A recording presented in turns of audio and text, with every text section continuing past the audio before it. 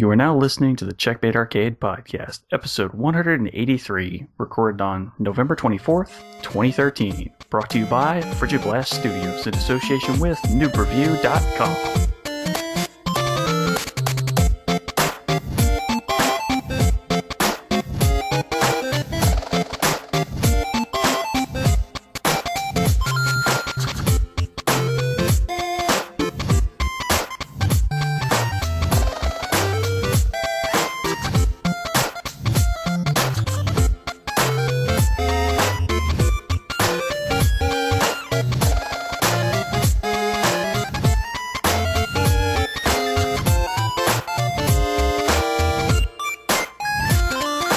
Hello and welcome to the Checkmate Arcade Podcast, your home for quarter-munching fun. And ooh, it's all spooky and scary, even though it's past Halloween. Ooh, I'm a ghost. Oh, my name is Stephen Boss, the Dark Boss Man. Yeah, and I'm past that into the next generation. I'm MSU Hitman Jason Billingsley. Hey. Some of us like some of these last-gen games. Oh. And some of us have a huge backlog that we need to finish before we even think of considering about which console we're going to get. Oh, well, you know, I'm right there with you, but I'm still... this gen will just be like the PS2 and just this massive pile that I'll never get through, so, you know, it's just... Well... To be fair, there's still a generation of backlog games from, GameCube, PS2. That's what I was talking about, yeah. One or two games for, well, no, more than one or two. More like a stack of like 10 or 15 games for the DS. Yep. Yeah. I'm looking at an entire shelf full of Wii games I've barely played. Mm-hmm. Oh, God, so many games. So many games I gotta get through. Yep. Oh, boy. So, how you been?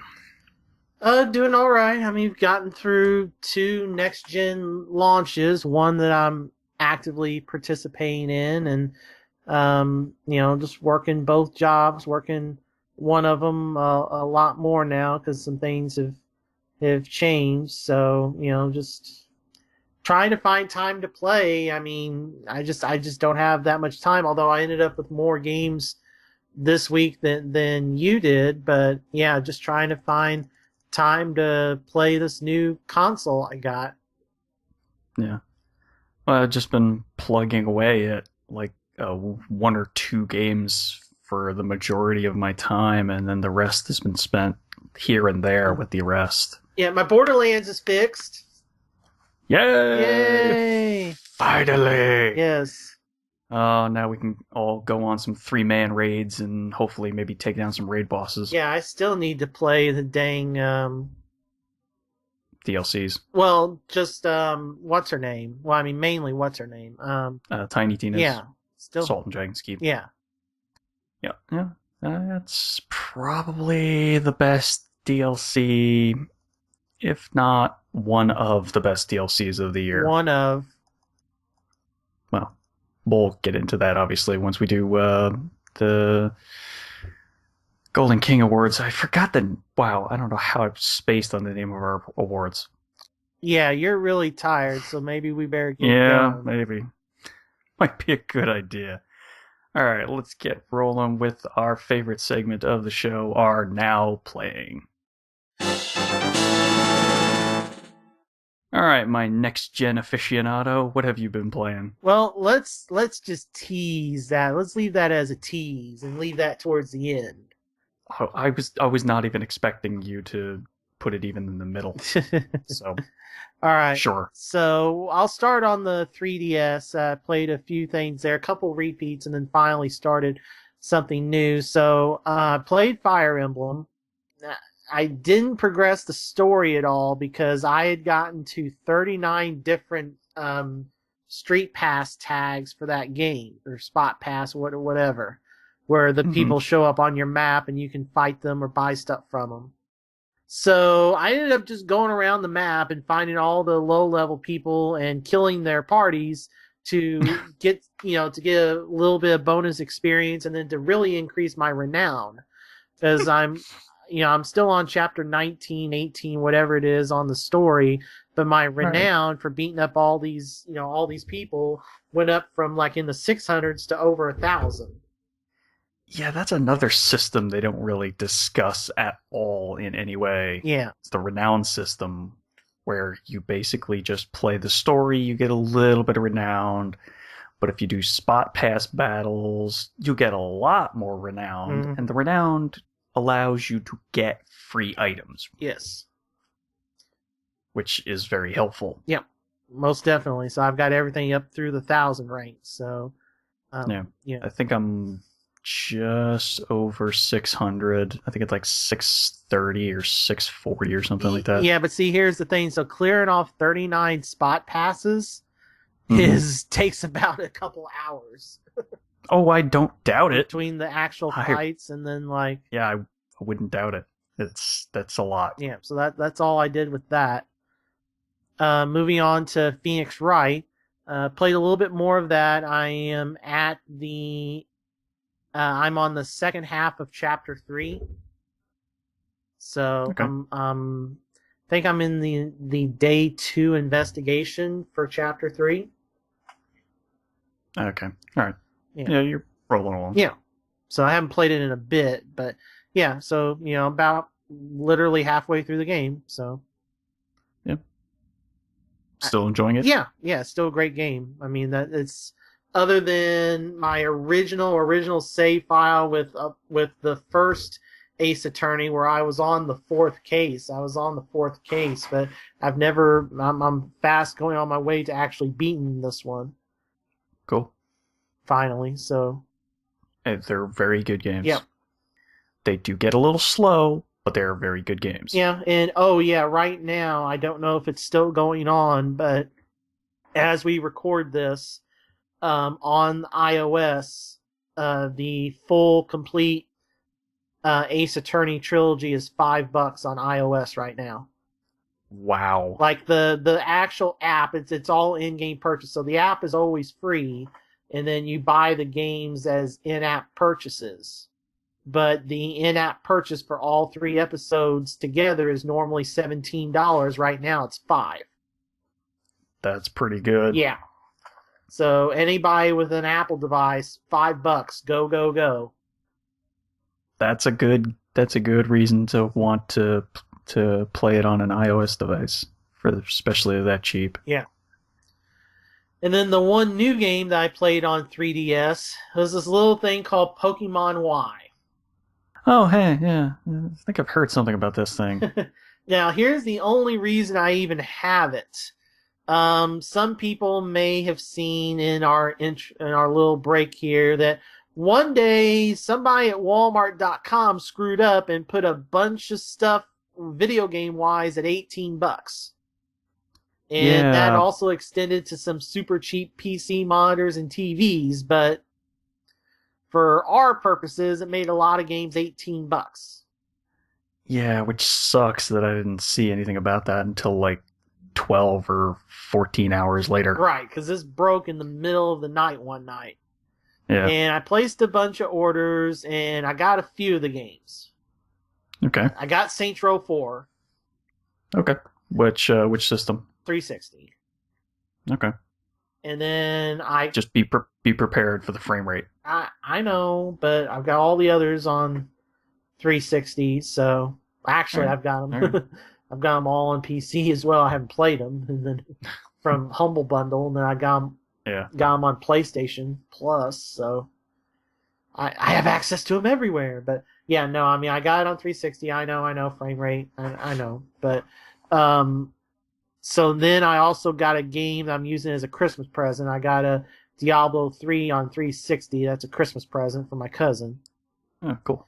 And then I got Pokemon Y, and I paid $3 for the strategy guide. Okay. So that was my loot from the Walmart mess up. I didn't get my Injustice Collector's Edition. I didn't get Splinter Cell, and I didn't get Luigi's Mansion. But I got the other things. See, Luigi's Mansion. You should have gotten that. Well, I tried, but Walmart caught their glitch, so... Oh, okay. And for whatever reason, those 3 games were not available for pickup. See, that's the thing is, other than the Pokemon guide, the 3 games were available for pickup the next day. So that's how I got those. The other 3, because they had to be transferred over to my store, got canceled. Ah, okay. But anyway, so I got Pokemon Y, and I've only put about an hour into it, and I literally have only played a couple hours of Pokemon Yellow, and that's all I've ever played of Pokemon. And I just figured for that price, you'll never see a Pokemon game that cheap, and because they hold their value, the entire time. I mean, all the DS ones still at GameStop are anywhere from $30 to $50 used. So yeah. So it's never going to be that cheap, so I might as well try it. And, it's all right. I'm only like an hour into it, but... Which starter did you decide to go with? I ended up getting the frog. Oh, okay. So you're on Water Dark, huh? Well, I don't know. It was like... I was told that there's a bunch of fire Pokemon early. Yeah. And, there's not as much water and grass. And... some people were convincing me to go with Froakie instead, and so I went with that, and you get the little bonus fire one anyway, so I connected it to Wi-Fi, and I got the whatever little fire one. Was that Torchic? I guess. I don't know these names, I'm sorry. Yeah. Was it a bird? Yes. A little bird? Yeah. I think it's Torchic, yeah. Yeah, so I got that. So I got a fire. And and the water, I mean, Froakie is just tearing people up in the starter, first couple starter areas. I mean, he just tears things up. Mm. Well, your starter Pokemon are always just a little bit stronger than the wild stuff until you build up the wild stuff stats a little bit. Yeah, well, I mean, he's like level 10, and that's what the Torch is. And then I've got some other one I've caught that and. Do you ever get to where you can carry more than 6, or are you always... Always 6. Okay. Always 6 on you, and then as many as you want in the boxes. Alright, so if you have 6, you can't throw a Pokeball and catch another one. You have to... Yes, you can. Oh, you can? Yes, it gets transferred to a digital locker box on your PCs inside the Pokemon centers. Oh, okay. And there you can swap out what your team is. Okay. Alright, I gotcha. So, okay. So, yeah, I just got to the first Pokemon Center. And I was like, man, this is going to be really annoying if I have to always come back here once I have 6 Pokemon. Yeah, that would have been so annoying. But thankfully, during the very first game, you could just throw as many Pokeballs as you want, and they just get transferred digitally. Okay. Alright, so good thing. So, alright, so, I'll try to keep playing that a little bit, I guess. But, put an hour in. It's all right. I've heard it is a slow open for people who are not really used to Pokemon. Yeah, I mean... I've nothing to add. Sorry, I was taking a drink there. Okay. I don't know. I mean, maybe, but it's not like it's horribly slow. No. There is some stuff that would prevent people who don't really know what's going on in Pokemon games from getting the hang of what's going on. I mean, I'm getting roughly the hang. It's just I don't know yet, like how to tell what element one of them is just by looking at the name or the info. I don't know what the element is. And I don't know. It doesn't get any easier, unfortunately. Okay. That part doesn't get any easier. You just have to memorize, okay, that thing is a dragon. Okay, it's also a ghost type, or that's also an ice type as well as an electric or whatever. Okay, yeah. So you have to learn it by, okay, well, this thing is weak to this, so it has to be at least one of these few types. Yeah. So far, I mean, in the first hour, it's just Froakie go, blow bubbles. Yeah. And everything that, that was, I mean, one bubbles take it down to like yellow or red health, throw a Pokeball. Done. Yeah. There you go. Yeah. That's pretty much how all Pokemon battles start at the very beginning of the game. Yeah. It's like, okay, my starter takes you to about a quarter health. Toss the Pokeball. Did it work? Yes. Sweet. Move on. Yeah. That's pretty much how the game has gone so far. So I'll put some more time into it here. I mean, I'll definitely, keep it here, and it's definitely. I'm glad I got it for essentially half price. Yeah. And I mean, they're just never that cheap. None of the Pokemon games ever get cheap. So, I jumped on that, and I was able to get the strat guide super cheap too. So, yeah. I like my strategy guides with my RPGs. So, yeah, I know. All right, so we'll move on to 360 here, and I only played a couple of games on it. First off, I played the demo for the long-delayed Blood Knights. Now, wasn't this released on like PlayStation 3 like a year ago? No, it never came out. It was supposed to come out last year. Okay. It was supposed to come out last Halloween and got delayed. I think whoever was publishing, I think maybe they were going to have the Crave software people publish it, but Crave went under, so it went without a publisher for over a year, so you can't publish on Microsoft without a publisher. So eventually Calypso got it and got it out for Halloween week on Xbox, and then it just came out on a PC and PS3 like last week. Okay. So this is... So, is it as bad as I think it is? The core gameplay is not that bad. I mean, are there better hack and slash games? Yes. But if you like hack and slash games, the core gameplay is adequate.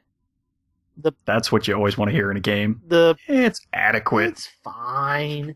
It's not... I know, but that's not a ringing endorsement. And if you want to play something with two players, you can play two players locally only at the same time. One person plays the chick vampire that is all bow and arrow and grenades, and then the other one plays the newly turned male vampire that is all swords and shields. So I mean, wait, hold up. There are grenades, bombs. They call them grenades, bombs. Yeah, whatever you wanna. Yeah. Okay, what time period is this game taking place in? Medieval-ish. All right, sure, why not? Let's rewrite history again. But the where you see, I mean, the graphics are kind of meh, but where it really falls apart, and it can be kind of fun in just a goofy, horrible way, is the voice acting. Oh gosh, It is terrible. Yeah, I've heard some of those cutscenes.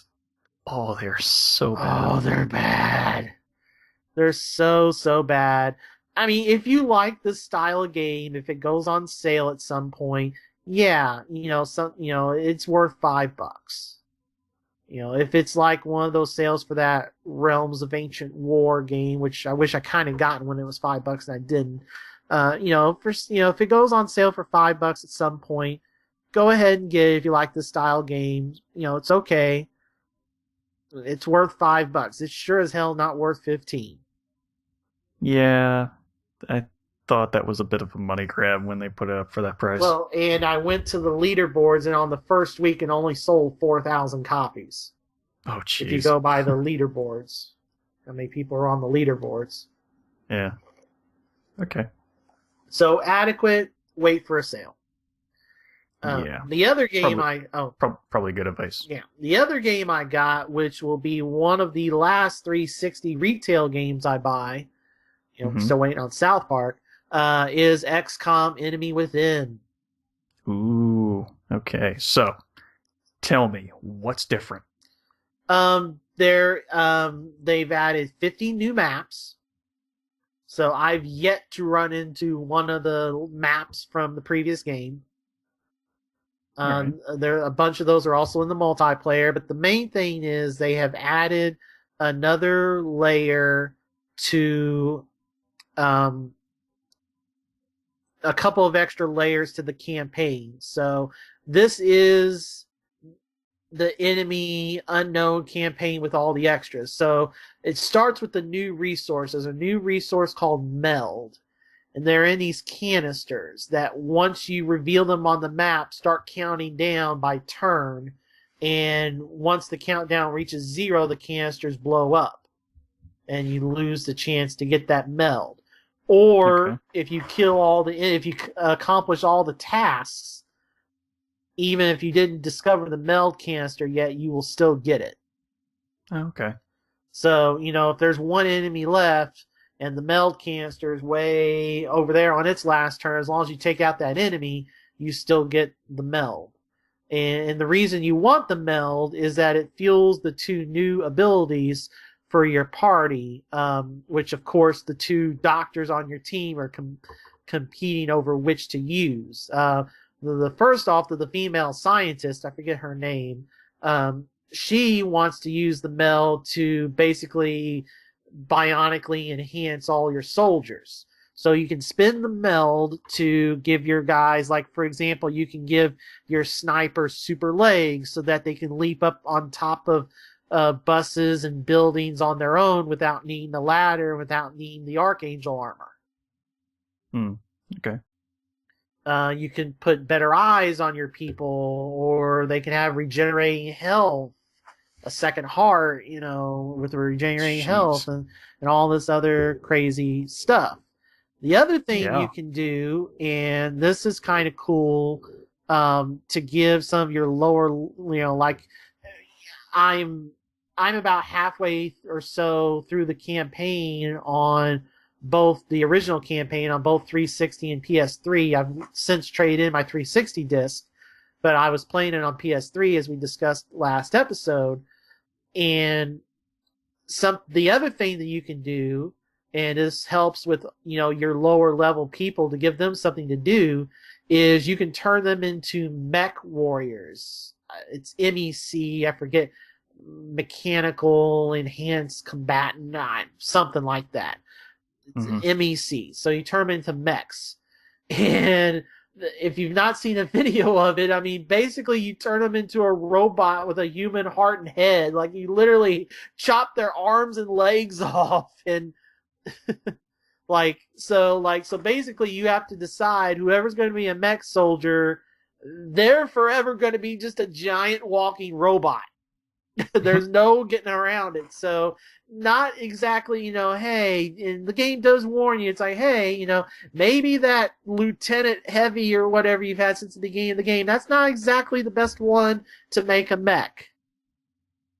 Yeah. You want one of these rookies, you want to turn them into a mech because it has its own skill tree. They lose any skills that they may have gotten with their class. So basically, when you unlock this, you're going to turn a rookie into a mech and let them level up that way. You don't really want to take a high level in any of the other classes and basically start it over. Yeah. So, and then those mechs can be used as cover by the other members of the team. They have, depending on which tree you go down, they can have flamethrowers and guns, or they can have like this super punch. Okay. Yeah, they have like this rocket punch that can do damage. Oh, okay. So they're taking Captain Falcon's punch, huh? Yeah, yeah, something like that. Yeah. So that's the big thing with the meld and why you want to get that.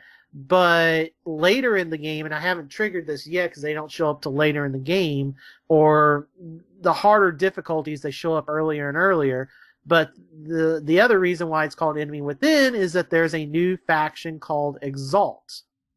And this isn't spoilers, this is in all the trailers. So there's this other human faction that sees the aliens as not a threat, but hey, let's play nice with them and they'll give us cool powers, and we'll use them to dominate the world. Oh, Because they'll leave okay. and need somebody to run things, so we'll run things for them. So Exalts will come out and they will try to disrupt your operations. Like they'll be able to instantly raise, like when a cell, and the Exalts are like, they're like brainwashed or type people. Basically, a phone rings or something, and they pick up and some code word said, and they're like, oh, I'm an Exalt agent now. Okay. They're all like hidden, so they're all wearing like suit and tie. And Yeah. so basically, a cell will come up and they will raise the panic level in a country to 5 stars automatically. Oh, that's lovely. Yeah, and they'll hack into the XCOM base and disrupt your research and try to set you back to where you have to go back to the beginning on it. Reset that counter on whatever research you're on. That doesn't sound fun. Yeah. So what happens when they do one of these acts is the cell becomes visible. Uh-huh. So when the cell becomes visible, you're able to send an agent in with no armor and nothing but a pistol and infiltrate the Exalt cell. And after some time passes, they'll be there. They'll be like, hey, I've got the cell. I've got all the info to take down the cell. I need to get out of here. So then you have to send a team in to retrieve that agent.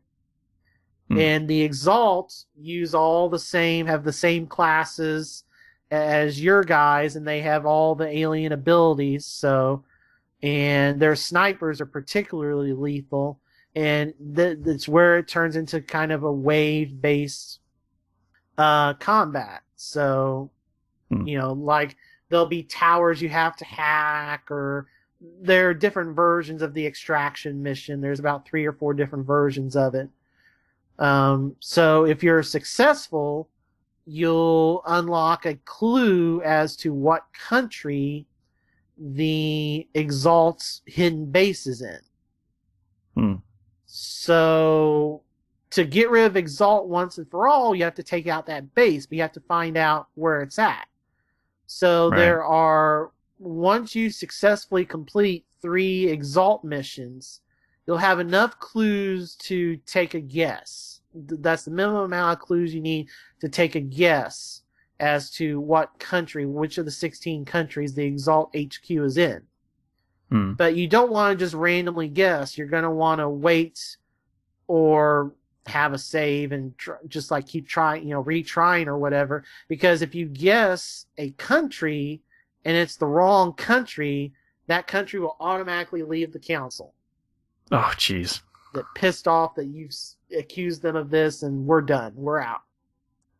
Okay, that seems a little petty of the country. It's like, hey, you're accusing us of having a base somewhere inside our borders. Screw you. We're leaving. Even though that's a little bit melodramatic. So yeah, so I mean, it's the game that we had is, as many people has, the best game of last year. We had it second, and it's adding new stuff. Now the way this works on console is this is a new disc for $40, and it's the new campaign, all the new additions to multiplayer and single player and everything.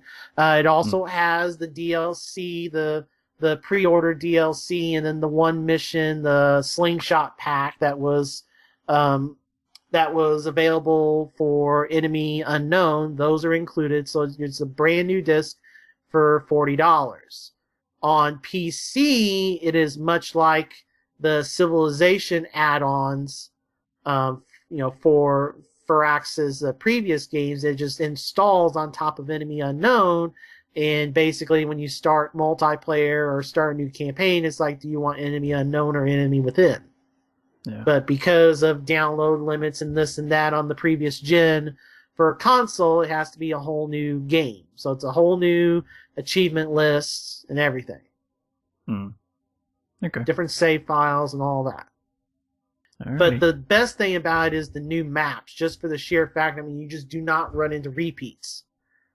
And yes, there are farms again. I've not gotten to a farm yet, but there are farms this time. Yeah. It was odd that they didn't include even one in the previous game. And the other thing is, and this is in the achievement list, I Mm-hmm. think there's a base defense mode where somebody's attacking your base because there are achievements tied to base defense. Yeah, yeah. I think they said your base will randomly be invaded. Yeah, Yeah, there's so many new things that sound just so insanely crazy. yeah. I mean, it's not probably going to be on sale anywhere, but I mean, it is the Yeah, but for $40, that's a pretty big package of extra yeah. goods on top of the entire full game. Well, I mean, So, it's on console. It's essentially a new game. I mean, the campaign has the same elements. It's just it has this other stuff added in. yeah. So you have the exalt. You know, you won't be. It'll probably take you a little longer to beat the game, just for the sheer fact you'll have the exalt thrown in. You'll have the slingshot stuff thrown in. Mm, yeah. You know, you'll have new research to do to because of the meld and everything, and Exalt randomly hacking you and resetting your research back to the beginning. You know, so I mean, it's going to take longer to beat the campaign, and plus there's multiple maps, so it's not like the 5 to 10 maps whatever in the first game. Like I said, I have yet to run into a map from the first game. Yeah. But it still sounds like such a dick move to have somebody hack you and set your research back. That sounds just so dickish. Yeah. I don't know how I feel about that. Well, I mean, it's a challenge. Yeah, but still, that seems like a little bit of an extra stab, even though you're already bleeding. It's like, okay, we're just gonna give you another stab wound. It's like, did you really need to do that? Really? I'm already kind of super hobbled here. You're gonna really do this again? I'm not complaining because I'm not gonna get it. I'm still gonna get it. Yeah. I figured I might as well just skip getting the last game and Yeah. just go straight for this one. Yes. I mean, if you've not played Enemy Unknown, just skip it and get Enemy Within. I will say right now for Black Friday, Amazon has a $10 download of every XCOM game other than the Enemy Within expansion. It's $10 and you get all the old XCOMs, all their old expansions, Enemy Unknown, and the Slingshot pack, all for $10. That's pretty good. Yeah. That's mighty tempting. Yeah. But right. but right now I've got Enemy Within on 360. So if somebody is out there with Enemy Within or Enemy Unknown on PS3, because that was plus, and that's on my hard drive. So if anybody wants to play me, I would love to play some XCOM multiplayer. I've not been brave enough to do it against non-randoms, but I'd like to play that because that is one of the most unsung multiplayer modes of this generation. So. When I eventually get it on 360, we can go a few rounds. Yeah. All right. So moving on to Sony. Okay. I picked up part of the October PSN promotion, so I was like, well, I want to get over this threshold to get more money back.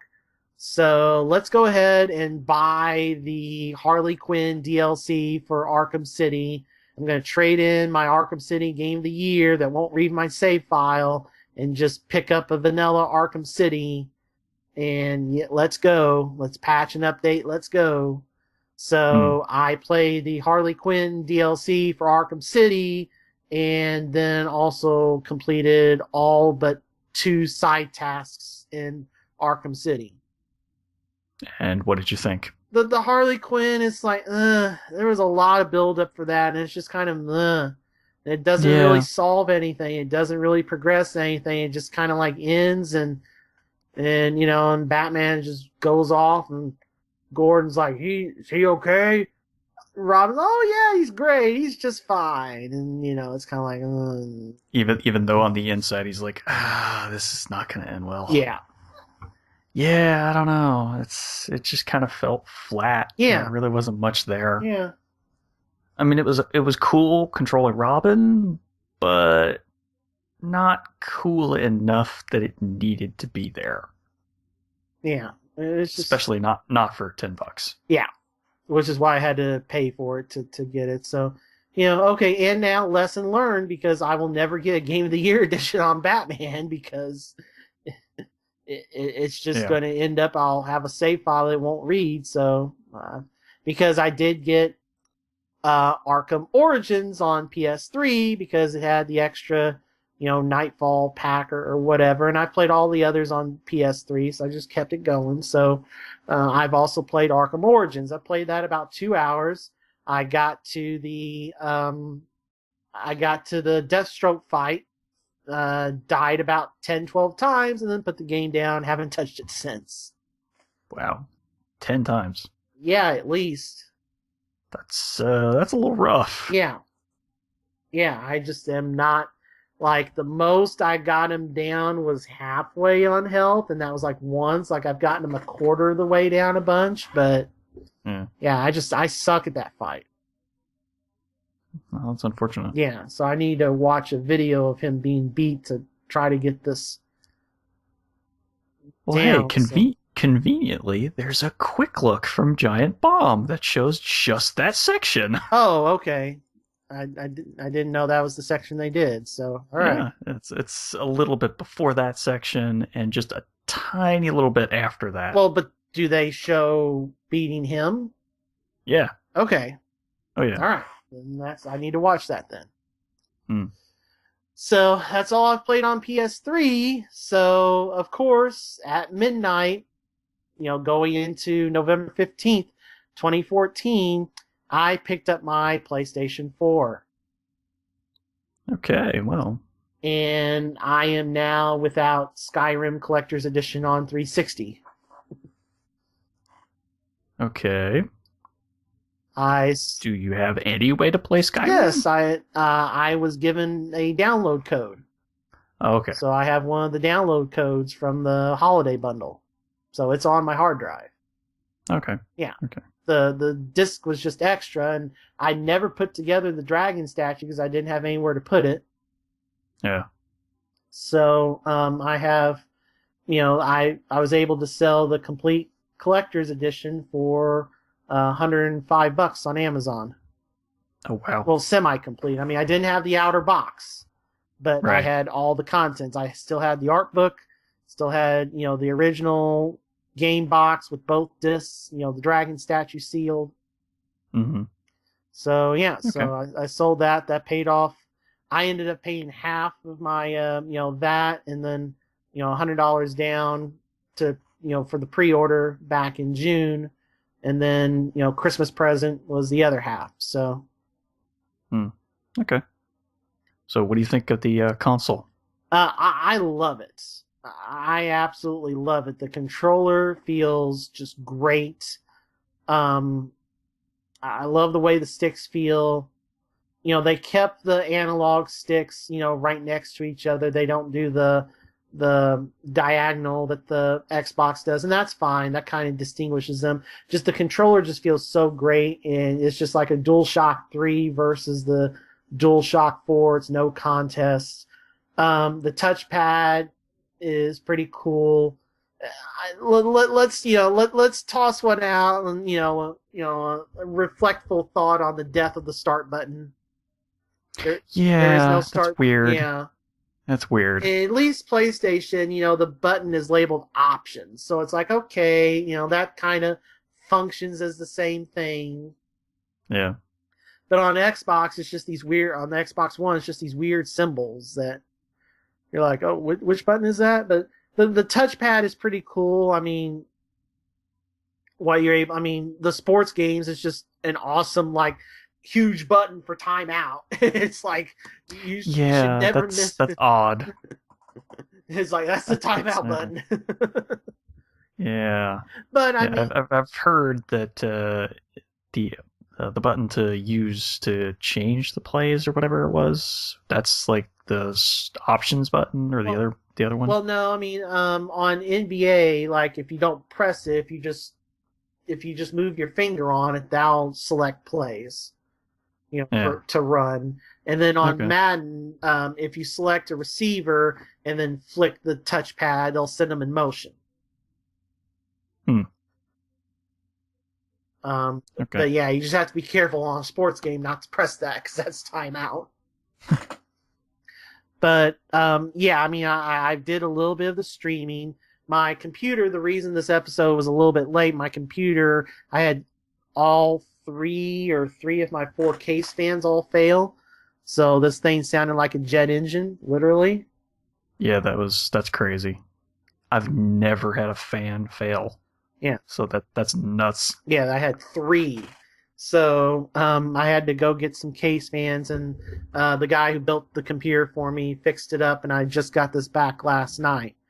So I missed. I had a 40-minute tutorial / video on Twitch because between pre-order bonus for Madden and then my bonus for having the DirecTV pack on PS3 and then some other stuff, I basically opened 17 packs of Madden Ultimate Team cards on Twitch.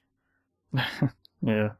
And I just and I meant to put that on YouTube so it wouldn't be gone forever, because now if you don't export the video from Twitch somewhere, after a week it's gone. Like Twitch's servers will just erase it in a week. Huh. That's suck. Yeah. Yeah. So Alrighty. yeah, so my video from before was gone, so I didn't get to get it off onto YouTube on time, but oh well. But so that's the only streaming I've done with some Madden stuff. I learned that I cannot do anything with online play until I get better internet. So all I would be able to do would be single player stuff, whether that be Assassin's Creed or NBA or Madden or whatever. I just can't do anything online. So that means no need for speed streaming. Yeah.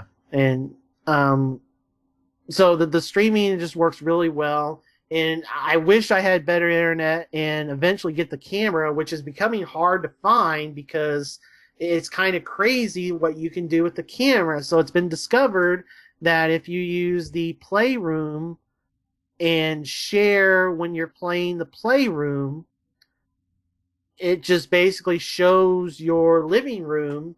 I mean, that robot's still flying around, but you could do just about anything. So one couple ended up getting their computer hooked up and everything, and ended up creating a talk show essentially through Playroom on Twitch.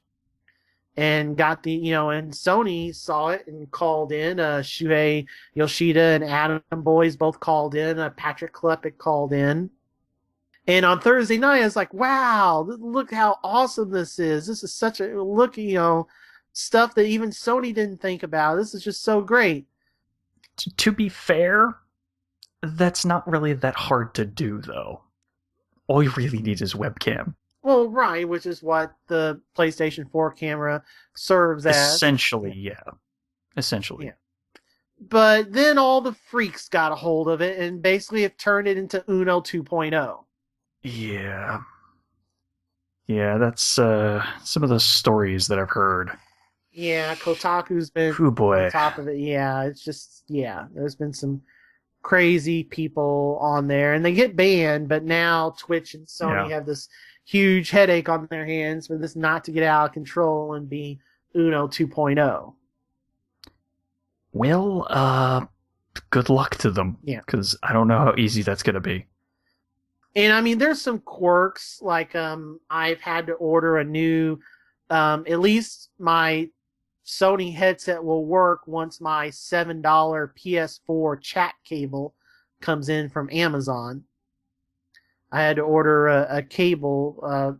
It's essentially just like the 360 cable, except it plugs into the PS4 controller, so I'll be able to do game sound and voice on my PX5s.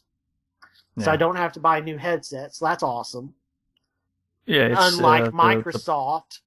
The plug is just a standard 3-ring microphone and audio Yeah, plug. yeah. But I had to order a new cable, so hey, that's fine. But yeah, that headset, that earbud mono piece of rah rah. Yeah, the bud itself is terrible, but the microphone is really good, apparently. Yeah, I'm not. Yeah, thing's terrible. It's an earbud anyway, so I automatically hate it. Right. But yeah, it's just no, that's not flying. But the microphone, though, I've heard a lot of good things about the microphone itself, which is odd. That's fine, whatever. I've heard it's even better than the microphone for the iPhone headphone thing. That's kind of scary. Yeah, that's pretty weird. But I mean, there's some other quirks. Yeah, I mean, it doesn't do all the multimedia stuff PS3 does. They've talked about maybe patching that in. The biggest thing for me is not finding. There's nowhere yet that I can find all the past purchases. Like on PS3, I can go into the download list. Same thing with Xbox and see everything I've downloaded. I've yet to find where that is on PlayStation 4. Hmm. There's also goofy things that if you buy a downloadable game, the game and any patch for it will download simultaneously. But on a disc game, the patch doesn't start until you boot the game.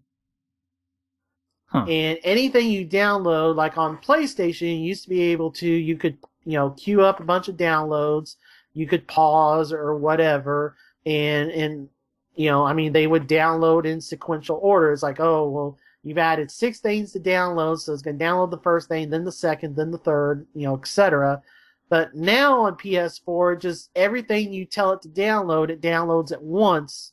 There's no way to pause anything. You can only stop it. Yeah. Well, I have to imagine that they would fix that soon. Yeah, so that's probably going to be another patch. But I'm really enjoying it. It's just it's. I mean, and also the thing with installing the games is not too bad on PlayStation compared to Xbox. I mean, you do have to wait about 30 seconds to a minute or so, and then you'll be able to start the game up. And depending on the game, if there's a patch, you won't be able to do any of the network stuff. But on certain games, you'll be able to play the single player mode, as it's finishing up installing, versus on the Xbox where you have to install the entire game before you can do anything. Yeah.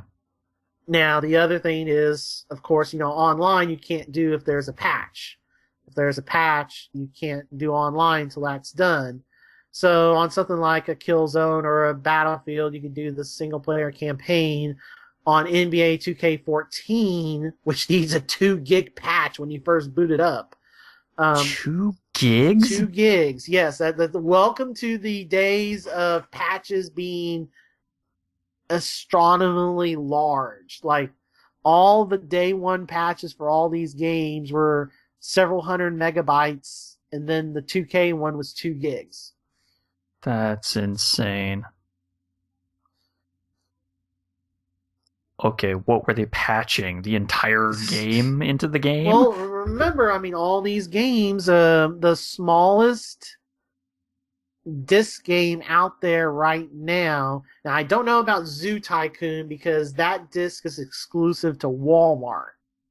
Yeah. It's a download elsewhere for Xbox One. But in terms of PS4 retail titles, the smallest 3 are Just Dance, Lego Marvel, and Angry Birds Star Wars. Like, I know Lego Marvel's 6 gigs. Yeah. And I don't know what the others are, but every other game is anywhere from 10 to 50 gigs. Yeah, well, in that's terms a of the little retail. bit. That's a little bit high on the amount. And then just beware on PlayStation 4, the PSN Plus month that's in there will not work if you're already a Plus member. That's a little weird. Because normally those will just tack on. But Mm-hmm. on this one, if it's a current account, it won't work. So I ended I up, wonder why. I just gave that away to somebody. Yeah, but I wonder why. I don't know. I mean, you just paid for the entire console. You might as well just throw in the extra month for free. Well, I mean they are, but I mean there's a lot of people like that just don't have Plus. Like for But example, even if people had Plus already, yeah. it seems like it would just be a wash. Because you know the people who have Plus are still gonna want to keep it. So even if you gave them an extra month, that's not gonna do too much for how much they're actually gonna wind up paying for. Well, I mean, okay, but kind of like Kotaku said today, I mean, they've got that month code in there. You have a month for the Music Unlimited, which, by the way, if you redeem that, you have to go to the actual website to cancel the auto renewal. So just be aware if you use the month for Music Unlimited. But they also give you $10, to spend on PSN. Yeah. And I mean, once you're Plus, you get 2 free downloadable games. You get Contrast and Resogun for free as long as you're a Plus member. And there's 3 free-to-play games available right now on PS4. There's DC Universe Online. There's a Blacklight, the new Blacklight game. I forget the subtitle, but it's the second Blacklight first-person shooter. And then there's that Warframe or whatever that shooter. Warframe. Yeah, that ninja shooter sword game. And those free-to-play games can be played even if you're not Plus members. Yeah. Like all the free-to-play games do not require Plus. So, I mean, which is good because that would be odd if it did. There's all this stuff available, as soon as you download it out of the box that you can play, even if you don't have a game. Whereas on Xbox, there just was nothing available. I mean, Killer Instinct, to try to find it is hard to find that download, and it's just the one character. And, it's hard to find, and even then there's the whole debacle about them giving it away to... I got a car for Forza. I did end up with a car for Forza, but a lot of people still got nothing. Yeah. So, anyway, I'm really enjoying the PlayStation 4. I took full advantage of Target the week the PS4 came out. They were buy 2, get 1 free on all games, including PlayStation 4 games. And I had a $200 gift card to Target. So I bought 6 retail games. All right. Now, which ones you get? The ones I got were Assassin's Creed 4, Madden, NBA, Killzone, Battlefield, and Need for Speed Rivals. Okay.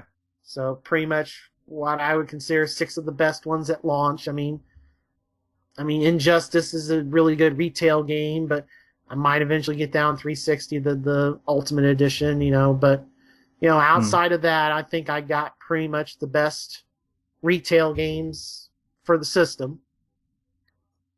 So I played 4 of those retail games, but let me get one of the downloadable ones out of the way. I haven't played Resogun yet, which seems to be super awesome. But I did try Contrast, which is also out now for PC and XBLA. I don't remember seeing it on Xbox Live. It's on there.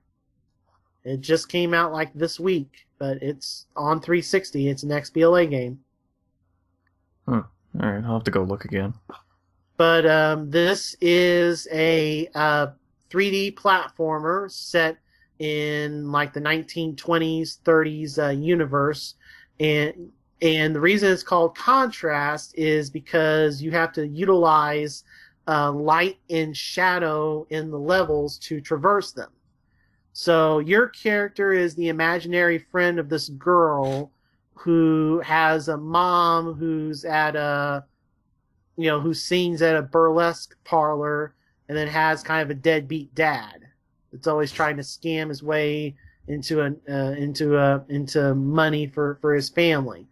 So you have to traverse these levels, and this imaginary friend has the ability to go into the shadows and climb up, jump up on the shadows of signs or furniture or whatever's in the environment to be able to get, you know, past obstacles or to help, you know, the little girl in the light world. You know, you'll be able to manipulate stuff so that she can get across. And the same thing will happen. Like at one point, she has to control a spotlight for you to have in the shadows places to jump to traverse a big gap. Yeah. And then you have to help her out and you know, lay down a bridge so that she can get across. So I got through like the first few levels. I played it for a little over an hour. I think there's 3 acts, and I'm at the end of Act 1 or the beginning of Act 2, something like that. So right. yeah, I mean it's fun. I mean this is one of the reasons why I went with the PlayStation 4 is that there's going to be a ton of these indie PC games. You know, there's a Yeah. lot of these games that have been, you know, on PC that I haven't touched. They're coming to PS4, and this is how I will play the majority of these games. So, you know, it is a fun game to have for free. It's a little, it's probably it's an easier platformer than Knack. I've not played Knack, so I don't know. I mean, just going from what I've heard from people, it may be a better game than Knack. Knack has a lot more in common with a game like, say, Dark Souls, for instance, Yeah. where basically any enemy can kill you. Mm-hmm. Even the smallest, tiniest little bug. If they hit you more than once, you're probably gonna die. So I would say this right now is the best platformer on PS4. Like I said, it's also on Xbox and PC. So try the demo out. Well, considering Knack isn't really a platformer, it's kind of the only one. Well, okay. You can't really die in the platforming sections in Knack. It's just a little bit of an extra obstacle to put in your way for your between combat sections. Okay, but So I enjoy the game, and it's a fine free game, and you know, like I said, it's nice to have these free games available as soon as you download them on your system. Like you can, oh yeah, you know, once you download all this stuff, you know, you can get by with the free stuff on the system without buying the game. I mean, you don't really want to do that, but that is possible. Or, you know, if you only have enough to buy one game on Xbox, you're kind of screwed. On PlayStation, it's like, well, you've got these 2 downloadable ones for free, and we have these 3 free-to-play ones. So, you know, yeah. have fun. Go at it.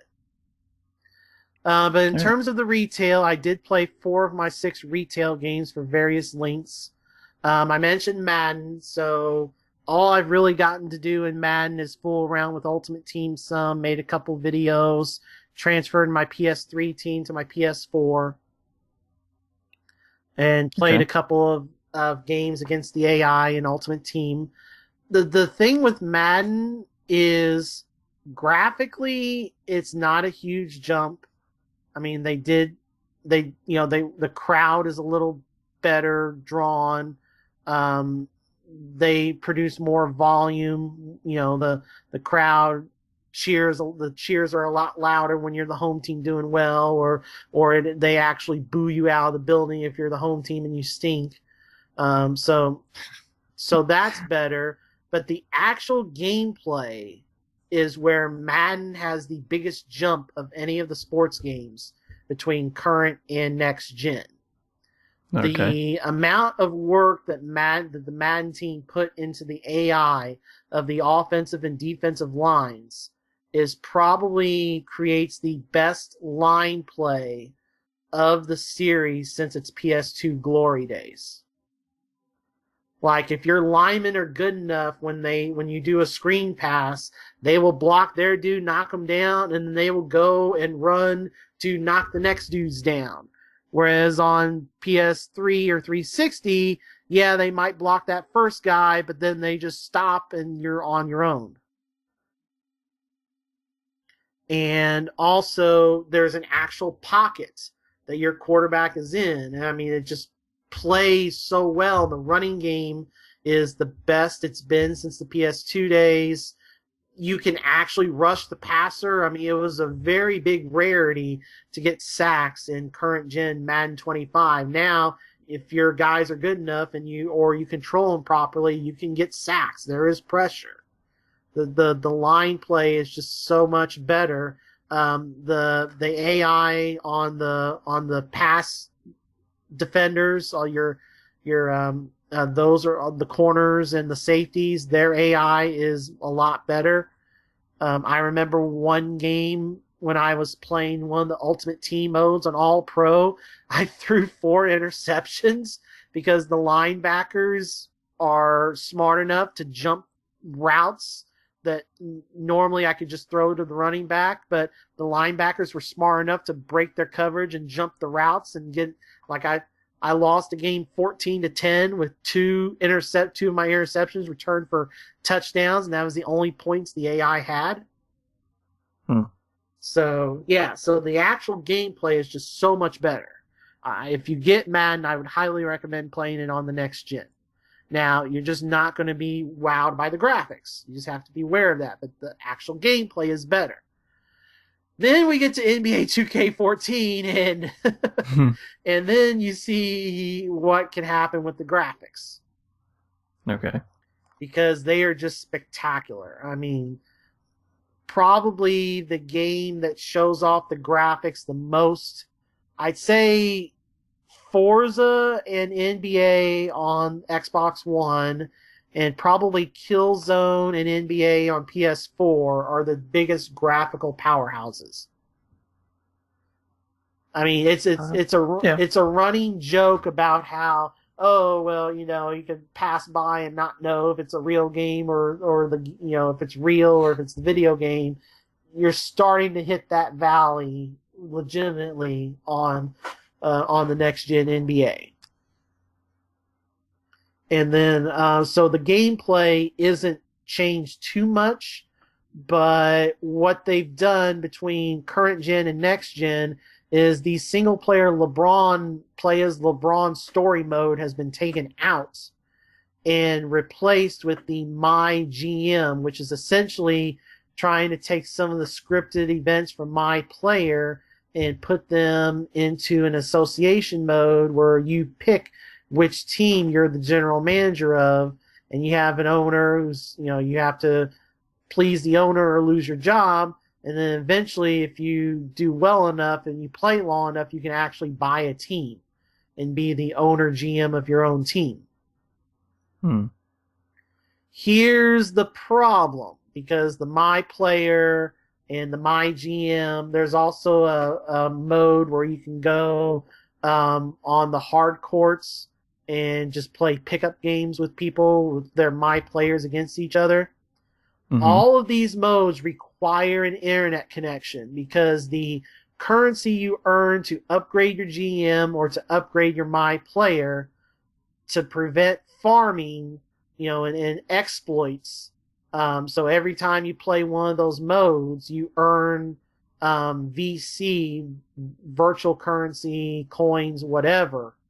And that currency is what you use to either upgrade your GM or upgrade your My Player.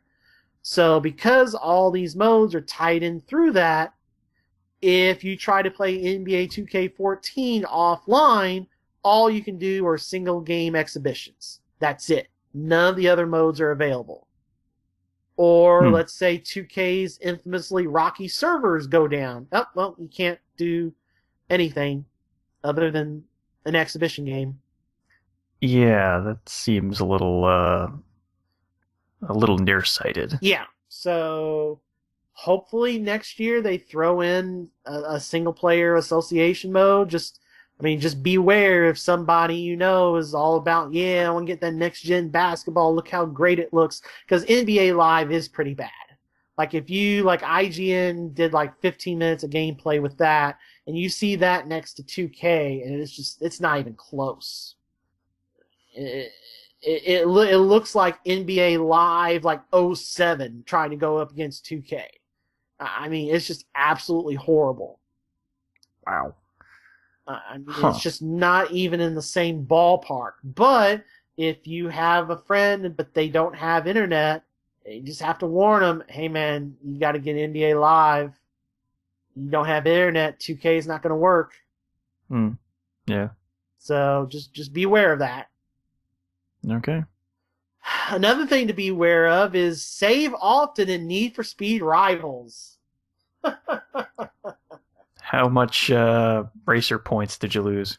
Oh, I don't know, 5 digits worth. Oh, jeez. Yeah, so I put that in, and it's the first of these, oh, it's single player, but no, it's actually multiplayer type games that we saw at E3. So I started up. Now, the tutorial, you have to do the tutorial first, and I did that one night.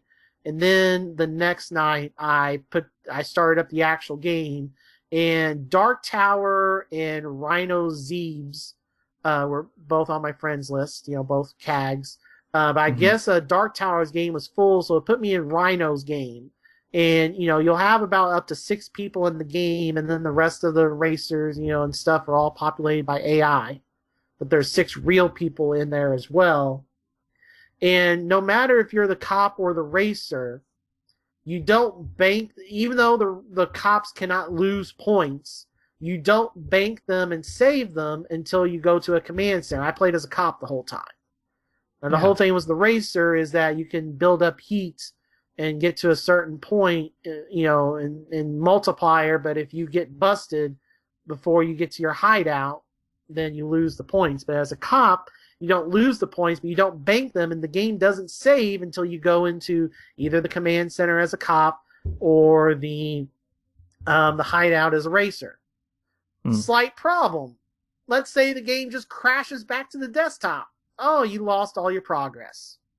Oh, wow. Yeah, that happened to me because I got, I played for about 30 minutes to an hour, went to the command center, and then played for another hour, hour and a half, and had gotten a whole bunch of points and was on my way to the command center. I turn around in the game and it just crashes to the desktop and I lose everything.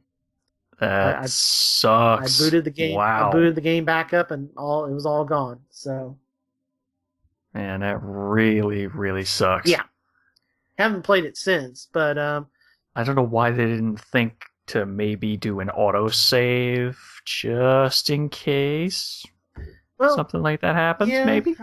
Maybe? yeah, I don't know. But Need for Speed's a lot of fun. If you're wanting a driving game on PS4, it's your only choice. And if Hmm. you want an arcade style game, now this is on also current gen. Um, Here's the thing, much like EA's other games on 360, it requires a hard drive. It has a 2 gig or so minimum install, and I'm sure just like Battlefield, it has a recommended install, but because the recommended install is so large, it requires a hard drive. Now, for people listening to this, I don't think that matters too much, but you all have casual friends, so just make them beware that, hey, you may have gotten by with USB sticks on Grand Theft Auto. That's not going to work for Battlefield on 360, and that's not going to work on Need for Speed for 360. Yeah, I really don't understand the logic of requiring the hard drive itself.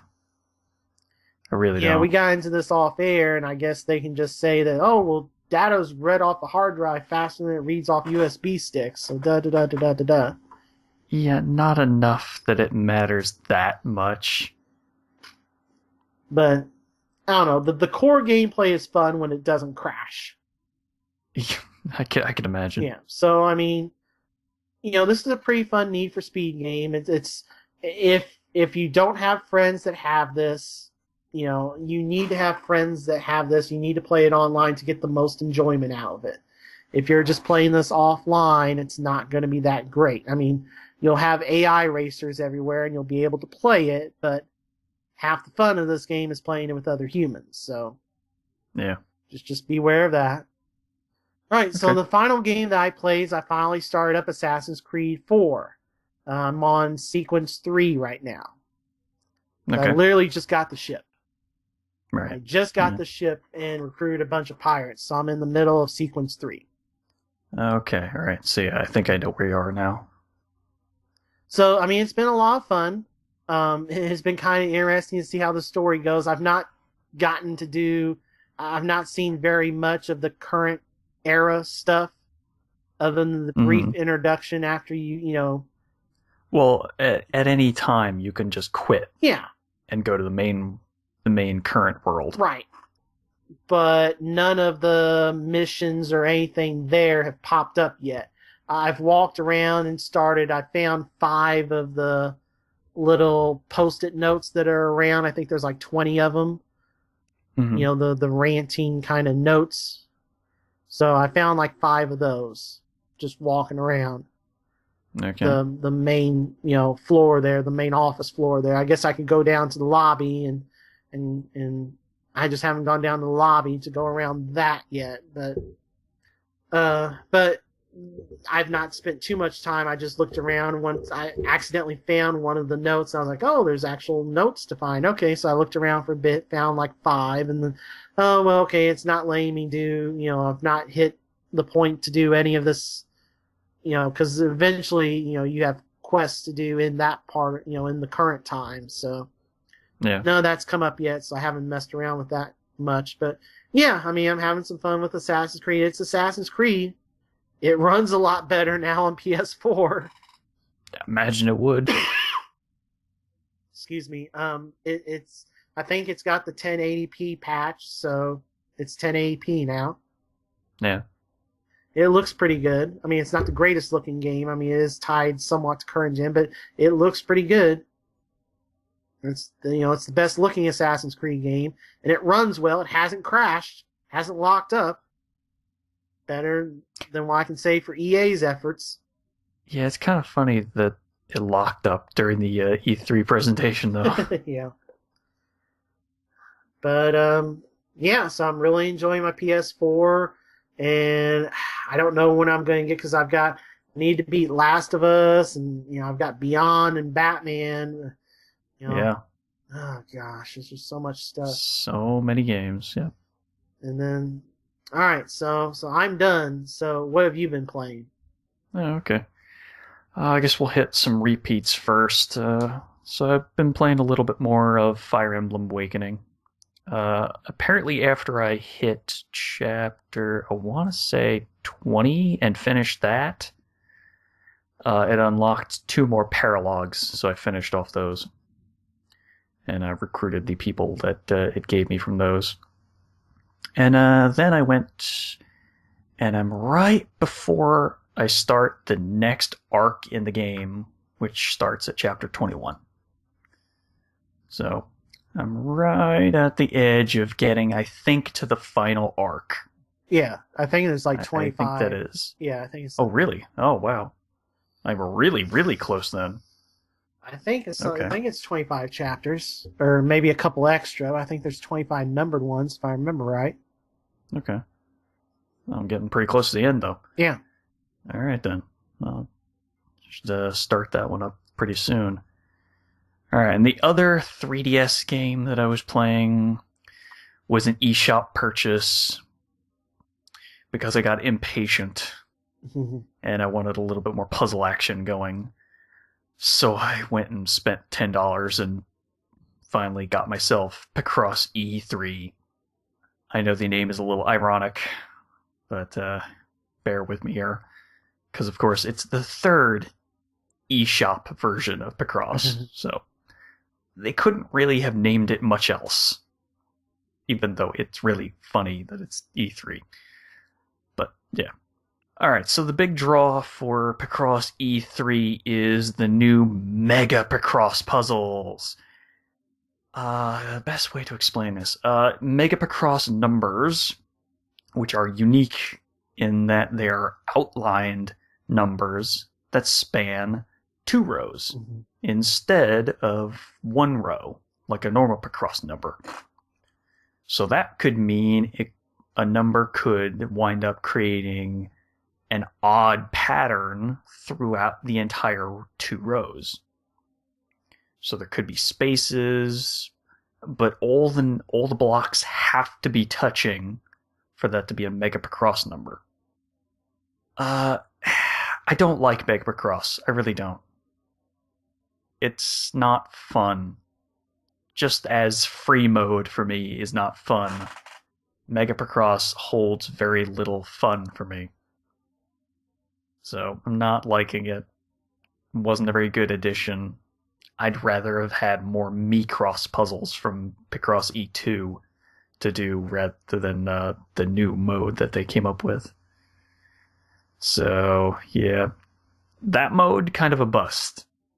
But the rest of it is more Picross, more line-filling puzzle action, which is not exactly action, it's more just puzzle. Mm-hmm. So, it takes time to fill in all those little blocks. So, but to me, that's enjoyable. I have a lot of fun with Picross. Still having a lot of fun with the Picross E3, except for the Micross puzzles. Or, not the Micross, the Mega Picross puzzles. Of which I believe there's 3 pages or 2 pages of it. But yeah, they're not real fun. So I think this might be the first Picross E game that I do not completely 100% finish, because I don't think I'm going to finish those puzzles. Which is a shame, because I've mastered all the puzzles on the other games. So, we'll see. But it's not looking good for that. Alright, the rest of the stuff I played was on 360, so we'll start with the repeats, and then we'll hit the demo, and then we'll hit the big new release from a couple weeks ago. Alright, let's see, what to discuss first. Demo. Let's start with Borderlands. Oh, okay. Or do you want to do demo first? Demo first. Okay, we'll do the demo first. Who Wants to Be a Millionaire? Special editions for Xbox Live Arcade. It's an odd game. It doesn't have any of the hosts from the real Who Wants to Be a Millionaire. Yeah, I think this is a port of... This was on PSN, came out like a year ago, and I think whoever made it, I think it was a THQ that did the port of this on PSN. They did this on PSN because it's now a Deep Silver joint, at least on 360. Yeah. Yeah, I saw Deep Silver's name come up during the opening, and was like, oh, that could be bad, or it could be great. Let's find out which Deep Silver this is. Because there's 2 Deep Silvers. The ones that make the good Call of Juarez games, and the ones that kind of don't. Well, to be fair, that's Techland. That's the on Call of Juarez, that's Techland, the developer that also does Dead Island. Deep Silver did publish those games. They own, they published also Saints Row, and I would argue they've had a pretty good year. They reprinted Saints Row the 3rd Vanilla Edition. They've got Saints Row 4, and they also put out Metro Last Light. So I would argue that they've had a pretty good year. Yeah, no, they've had a really good set of games that they've published. And Call of Juarez, the downloadable one, is awesome. Yeah. By Techland. That was good Techland. Yeah. Oh, yeah. It's just kind of I forgot it was Techland specifically that I was thinking of, but yeah. Yeah. It's weird. So, it's a decent game that emulates basically what you would get out of Who Wants to Be a Millionaire. It follows the same kind of format that the TV show follows now. Yes. Which is slightly different from what it used to be. Yeah. The only thing is, the demo ends once you hit the $2,000 question, but you don't even get to see if you got the question right.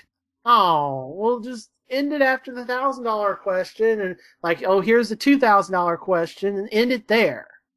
Yeah, it's so weird. Nope. It's like, okay, here's your choices. You choose, and it goes, buy the full game. And I'm like, what the f-? Yeah, don't get to the $2,000 question and then have the demo end. It was so weird. It really was.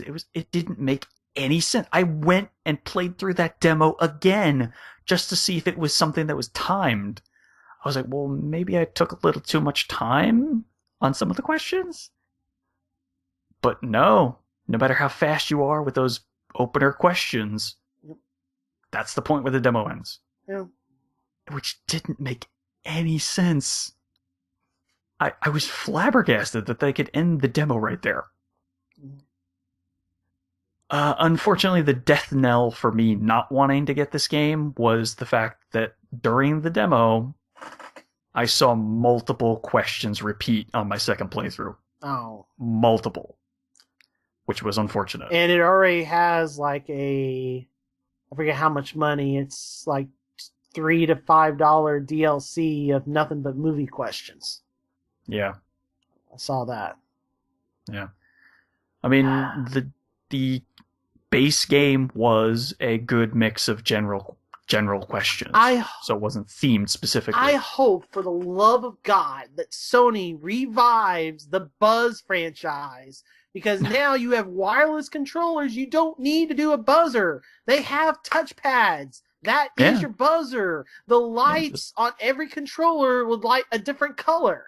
So it's not like you have to have the buzzers of player 1, player 2. What you're like, player 1 is the blue DualShock, player 2 is the red. Just Sony revive Buzz. It blows away all these other games. All these other games inferior to Buzz. Except You Don't Know Jack. I will still take Buzz over You Don't Know Jack. Yeah. I like me some You Don't Know Jack. That's fine. I can accept that is the only one that's even close, but I like Buzz better than You Don't Know Jack. But I will accept that. But that's it. And it's not like, there's not gonna be a You Don't Know Jack game on the consoles anymore. They're just with Facebook. They might be willing to do a downloadable game. Okay, well, I guess Deep Silver's gonna do that too. More Mind of THQ by Deep Silver. Yeah. I mean, I would be okay with that. If it was downloadable only, I would be perfectly okay with that. Yeah, it's not going to be a retail disc. I'm surprised that's not cost more. That seems like that's so hard to find now, but I don't know. I hardly ever see it, but I got it. Well, yeah.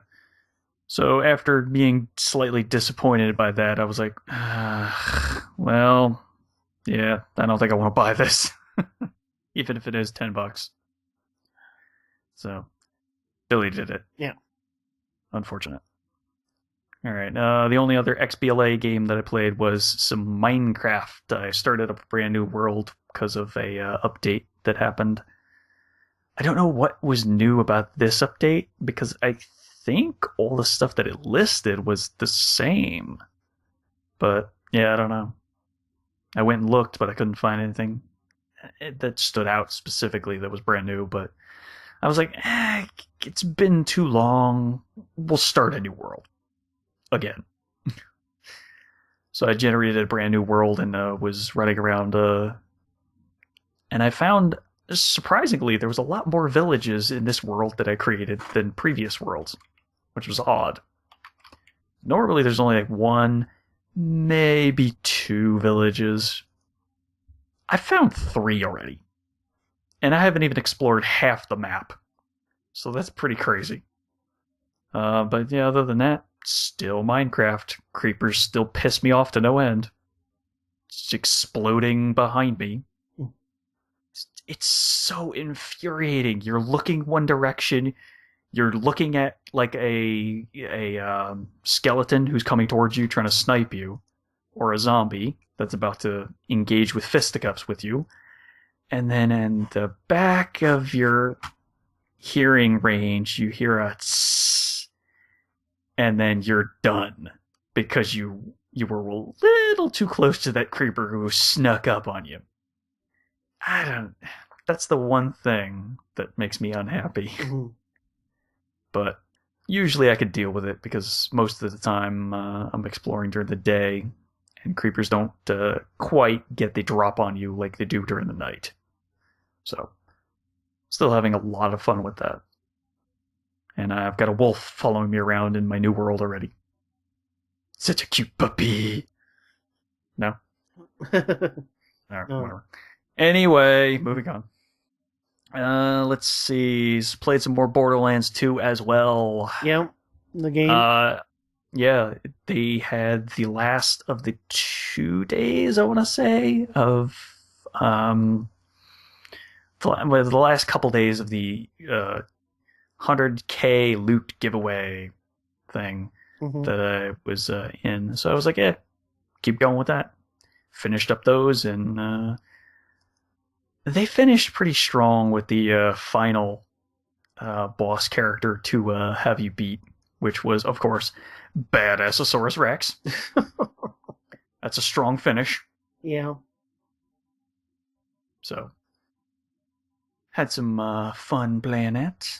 And I think I played like one extra day since then, but not much. I think I was running around trying to grab some extras that I was trying to finish up some of the side quests for Tiny Tina's DLC, which I was playing through again. Yeah. And that's pretty much it for Borderlands. So now we get on to the big new release that happened at the beginning of the month. Call of Duty Ghosts. Playing it on my 360. Yeah. Wow. This game. Oh, man. I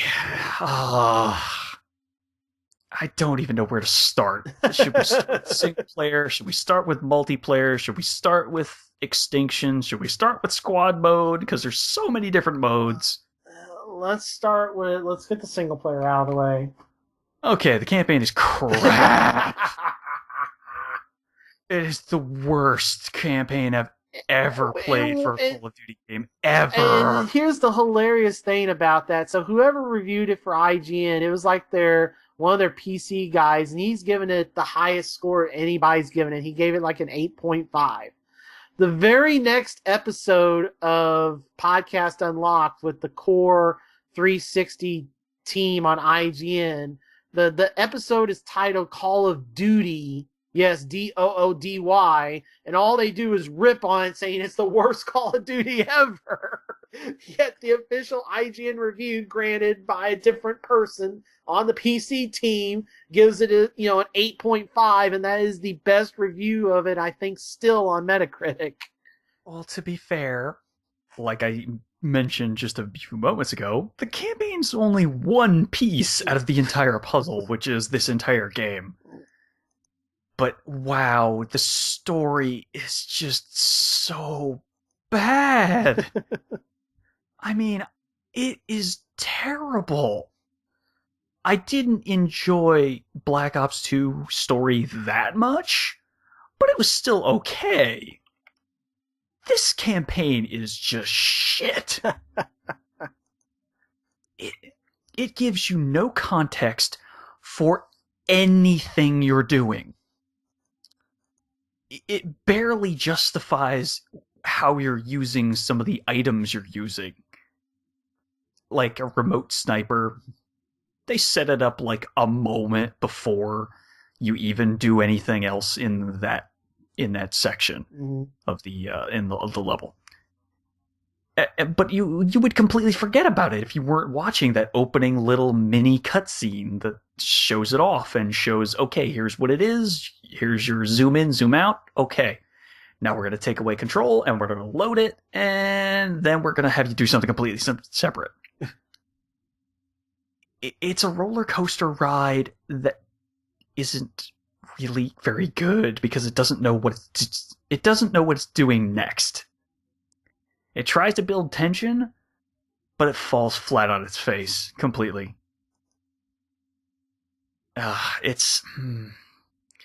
There are about 3 sections in that entire game which I thought were really good. I'll give you a hint as to what made one of those sections really, really fun. Dog. Yes. How did you guess? Knowing you. Well, it's fun because it's a stealth section. Yeah. Which is different than the majority of the game. Yeah. The other segment is another stealth section, but this time you're controlling a person. But you could attack that section by going loud, if you wanted to. It would be stupid, but you could. Yeah. And you'd probably still survive. But whatever. Oh, how I miss the days of Call of Duty 4 where you actually had to be stealthy in that entire level. No, they threw that out the window in this game. Yeah. In a game labeled Ghosts, you do not have to be very stealthy at all. At all. Yeah, for the opening cutscene that tries to paint this picture of here's this small ragtag force that went up against groups that were 10 times their numbers, but still they prevailed. And now we're going to throw you into the normal standard Call of Duty shooter of here's 1 billion guys on your side and 1 billion guys on their side. Shoot them all. And it just gets boring. Yeah. And I have no idea why I'm doing half the stuff I'm doing in that campaign. I mean, they explain it and try to justify it, but it doesn't do very well. Yeah. And the main bad guy is freaking laughable. Oh my god. He's so bad. It's just terrible. Oh, all right, so where do you want to start with? What do you want to go to next? Do you want to do squads, extinction, or multi? Squads. Or do you want to save multi for last? Save multi for last. Okay, squad mode. The AI is shit. So, there's no point. Okay. They tried so much. If the AI was remotely smart, or remotely learned to play like you play in normal multiplayer, it could be fun. Yeah. No, the AI just follows routines set by here's a camper routine, here's a run and gun routine, here's an assault routine, here's a marksman routine, here's a sniper routine. Okay. It's just terrible.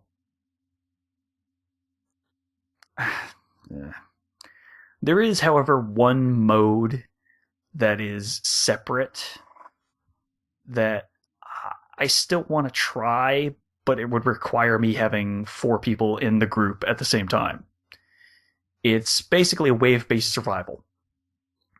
Kind of like what Zombies is, but not the same way because it's way more multiplayer than that. I think it goes up to 20 waves, and that's where it ends. So it's kind of a little bit more like Horde mode, because it does have a finite end. But it's a little bit more varied because you start off and you're given a squad mate who's AI controlled, but he's not as dumb because he does try and keep himself alive. So, but his health is like almost non-existent. Oh, well, lovely. It's weird. Yeah, I don't get it. But they do try to help you out as well by also dumping like 5 or 6 care package crates, which could give you lots of different things to use to try and survive these 20 waves.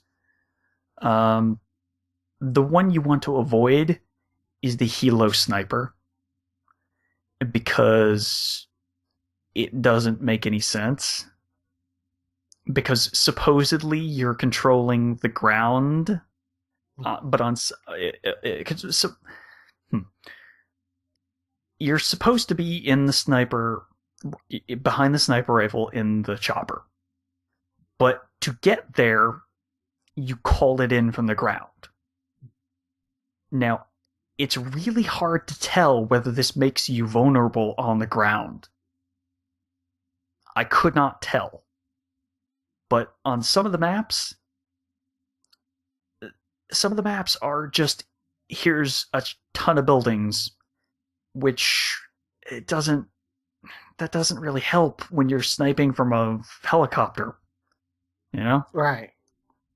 So, yeah, you're going to want to avoid that one.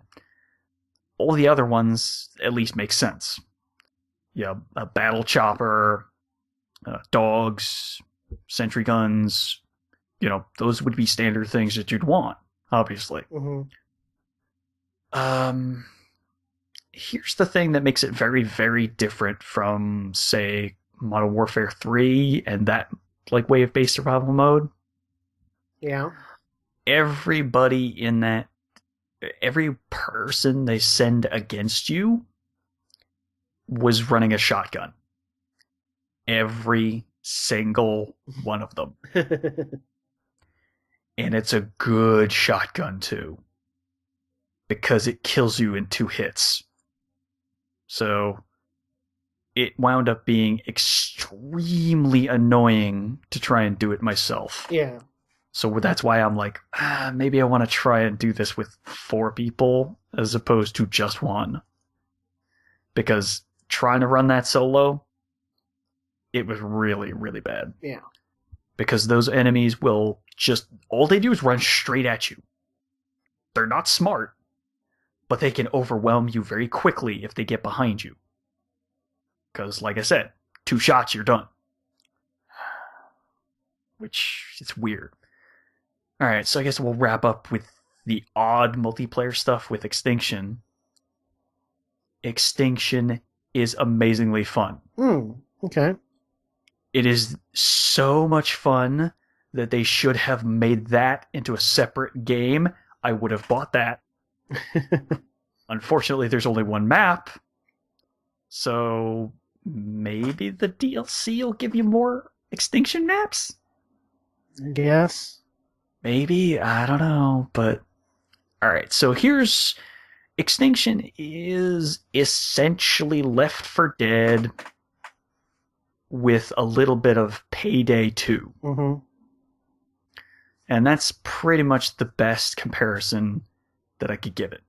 Okay. And those 2 genres, those 2 games, meld pretty good. They're really fun. It's a really fun combo. All the weapons are basically the same stuff you'd get from the multiplayer and single player. It's class-based, kinda, for multiplayer, kinda like Payday 2. Mm-hmm. And I think Payday 1 had something fairly similar, but I don't remember. Yeah, you can have either the assault class, the medic class, the engineer class, or the tank class. I'll let you guess at what each of them does. Well, the engineer, I would imagine, is laying down traps and UAVs, and I mean, there's no vehicles to fix. Well, here's the objective that you have in Extinction. Mm-hmm. What you're attempting to do is run through a level carrying a drill. Okay. The drill is trying to dig down to the centers of these alien hives, and that way it detonates the hive once it hits the center. Okay, well, the engineer is probably the one running the drill. He can repair the drill extremely quickly. Okay. Well, yeah. Okay. So he's in charge of keeping the drill going. Yeah, he's the one you want to have repairing the drill. Right. So, I believe the engineer also has the benefit of having, I want to say, it's better range on some stuff. Not weapons, but I think the range of, I think the sonar ping or something that he puts out. Okay. Yeah. I want to say that's what it is, but it's kind of like that. I haven't unlocked them, so I don't really know. So the other classes, medic. The medics kind of keeps everybody alive and Yeah, he creates better health regen for everybody. Yeah. His radius can get bigger and bigger until it's just everybody. Yeah. He can also revive people faster. Yeah. So tank. Just he probably has access to RPGs, and he's probably using LMGs and has the most health. Well, I do know he has the most health. He also deals the most melee damage. Okay. So those are the two key factors for the tank. And then and the assault, which is your starting. I'm assuming the assault is kind of the all-around, not great at one thing, but good at everything, and maybe they control the bomb as well, maybe. Good guesses. Everybody can control the drills. Everybody can control the bombs. The assault class is basically just 20% extra bullet damage normally. Okay. But when you upgrade, and that's another thing we'll talk about in a second, when you upgrade in the match, you can upgrade it to, I think it's 40% extra bullet damage. Okay. That's a significant amount. Yeah. It adds up pretty quick. Okay. I believe the assault also has, I want to say, better aim down sight movement. Okay. I think was the other thing. There's extra little things that they have that I don't remember all of because I played it like a week ago at this point. But yeah, so each round each time you load into the map, you're given the objective of, hey, get to the main crater, toss this nuclear bomb that we have into it, and run the hell away. Now, to get to this crater, which would destroy the hive, obviously, you have to go through multiple mini hives to actually get to it. Once you clear out an area of a bunch of mini hives, there's a barrier hive which allows you access to the next area. Now, the barrier hive is a bigger deal because then they introduce newer enemies. Normally, you just, once you start, at least, you only have little mini alien things that are four-legged. They're kind of like dog, rat, and leaper mix. Right. From Left 4 Dead. Okay. That's kind of what they are, but they can't pin you down. So they can just kind of swarm you. But enough of them will do quite a bit of damage to you if you're not careful. So you got to be careful, even with the mini enemies. So once you get the barrier hive, they'll introduce something larger, something a little more deadly. The first one they introduce you to is the scorpions, which basically shoot acid. Kind of like a spitter from Left 4 Dead. Yeah. Oh boy. Those, if you do not get out of that acid quick, you're gonna go down. I think that was one of the things the medic could do as well. The medic, I think, can withstand the acid cloud a lot longer. Okay. Before taking any damage. Yeah. So it's like little stuff like that. Another one that they would introduce, I think, at the next barrier hive is a rhino, I think was the name of it.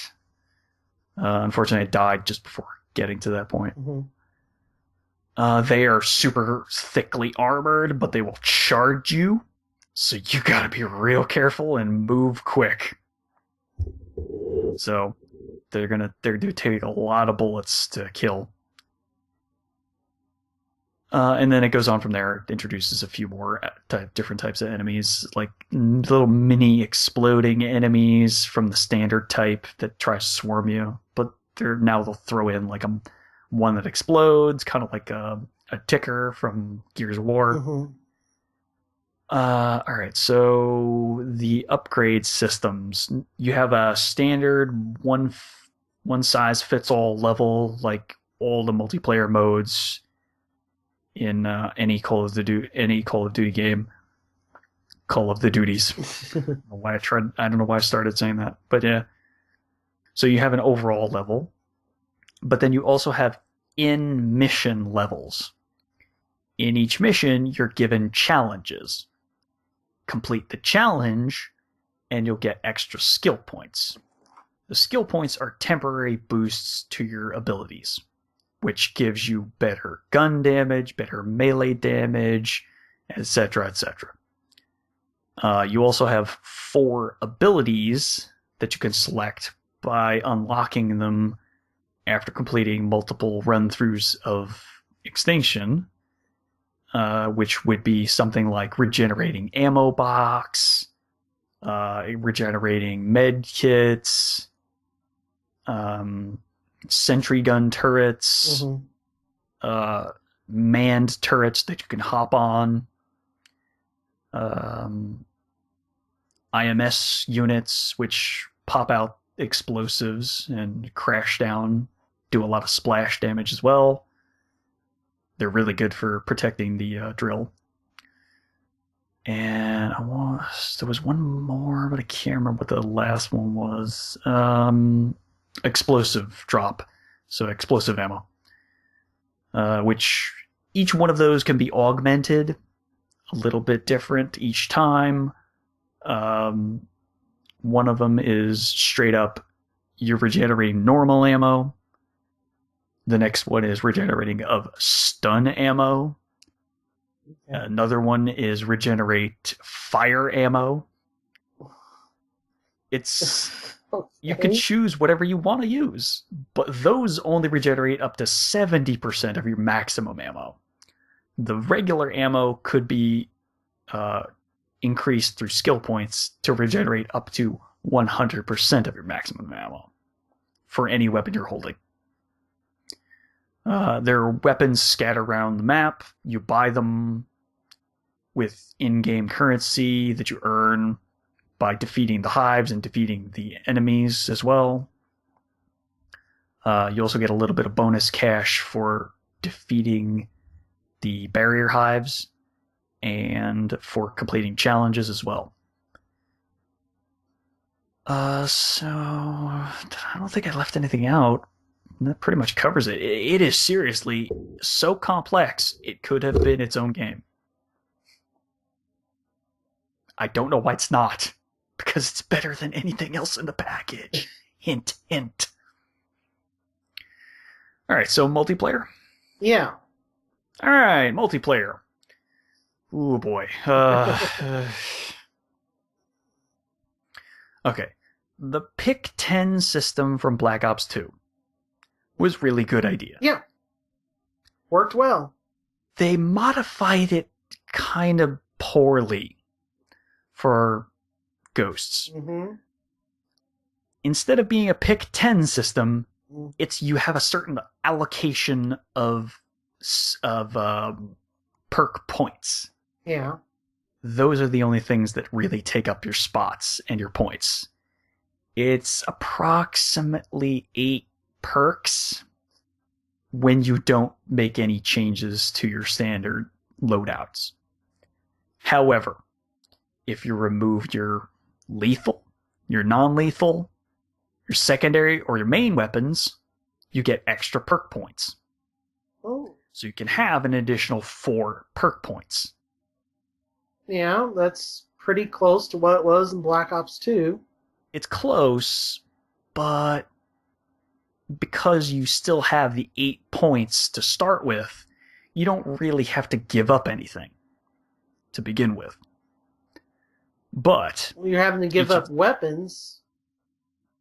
But you don't have to, because you have 8 points just specifically for the perks.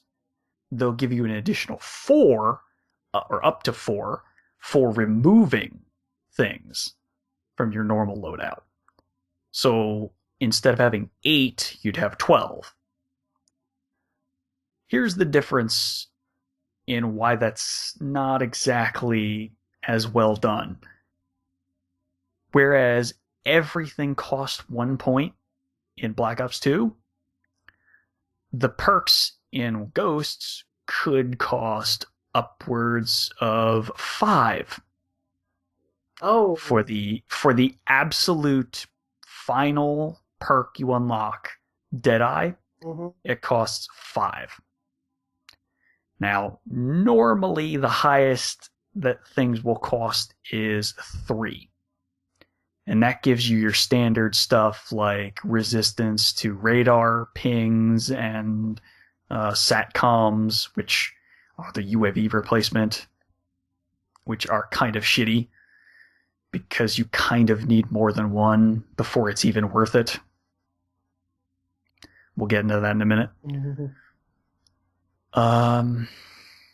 It's just way more confusing to do the loadouts than it should be. It doesn't really tell you what this squad points system is about as soon as you enter multiplayer. It doesn't give you any indication what it's about in the squad mode. It doesn't really tell you anything at all, which is kind of bad. The squad point system is basically just a new way of unlocking everything. It's kind of like what the unlock system was for Black Ops 2 and a little bit like what Black Ops 1 was, but not exactly. All the guns are available right at the beginning. But the catch is you have to have enough squad points to purchase them. So you can purchase any weapon, any perk, doesn't matter. Don't even have to hit the level requirements to unlock perks, because those are the only things that unlock through levels. Every 2 levels you unlock 1 perk through the entire rank all the way up to 60. But if you want to buy them early, you can. You just need enough squad points. So that part is simple. That part works fairly well. But here's the thing. You have a list of 10 squad members. Okay. Those are essentially your multiplayer characters. Now, each one of them has their own specific loadout and list of purchased stuff. That gets really annoying really quickly. If you want the same thing for both of your characters, you have to buy it twice. Yes. Wow. Yeah. That's kind of bad. It's kind of a really poor design. Yeah. And instead of having 10 create a class slots per character, you have 6. That's it. And you only have 3 unlocked to start with. Yeah. Which is, once again, really annoying. Yeah. Especially for someone like me who used at least 7 or 8 on a regular basis. And then 2 that I would have that would swap out for random different stuff. I was like, well, let's master this gun, so we'll swap this, and this on this one class. But yeah, you can't really do that anymore.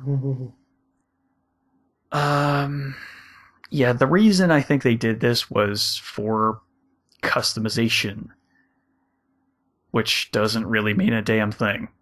It just means everybody looks different.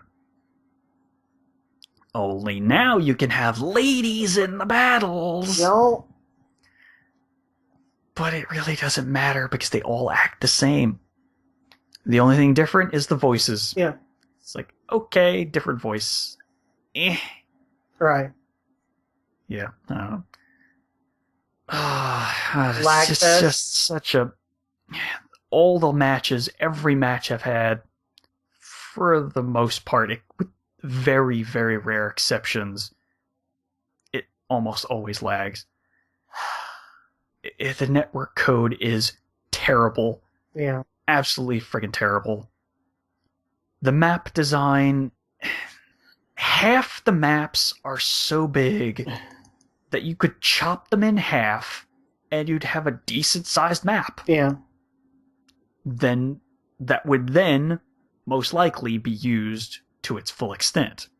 Mm-hmm. As it stands, there are giant swaths of some maps that you could never find somebody in some sections. Nobody ever goes there. Because why would you? There's nothing going on there. People very rarely will ever spawn there. Mm-hmm. So what's the point of even having that section? So, yeah. The map's design, beyond the size of the maps, are just exceedingly way more complex than they need to be.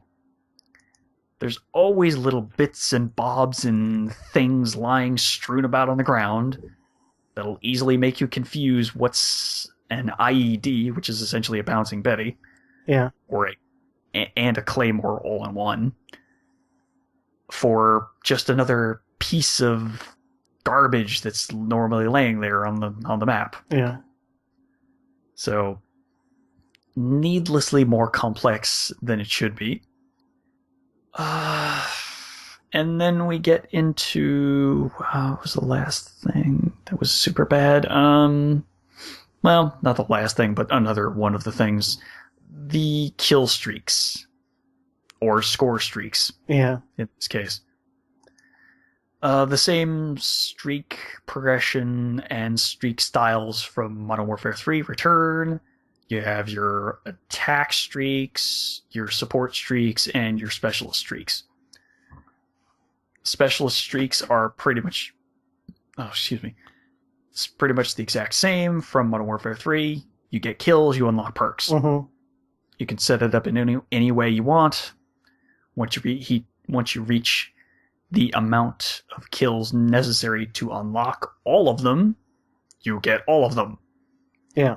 Thing is, that can vary depending on what perks you choose to unlock. Yeah. So through the lower amount of kills. So it could take 2 kills, or it could take 3 kills between each one. Whereas opposed to last game, it was a little less.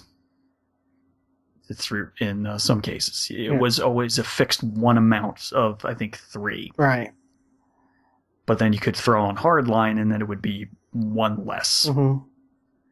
So you still have hardlines, you can still do that, but depending on how much the perk costs, it could astronomically raise the upper limit of how much you actually need to kill before you unlock it. Mm-hmm. Then you have the sport streaks and the normal attack streaks. The lack of air stuff is kind of a problem. Mm-hmm. Because the SATCOMs are kind of garbage, and they get destroyed after seconds being on the field. Whereas opposed to a UAV, you'd have to have someone with A, a launcher, or B, enough time and enough bullets and enough willpower to shoot them down normally. You could also use a Black Hat from Black Ops 2 to get rid of them as well. Yeah. Which was time consuming, but less likely that you're going to get spotted where you are and what you were doing.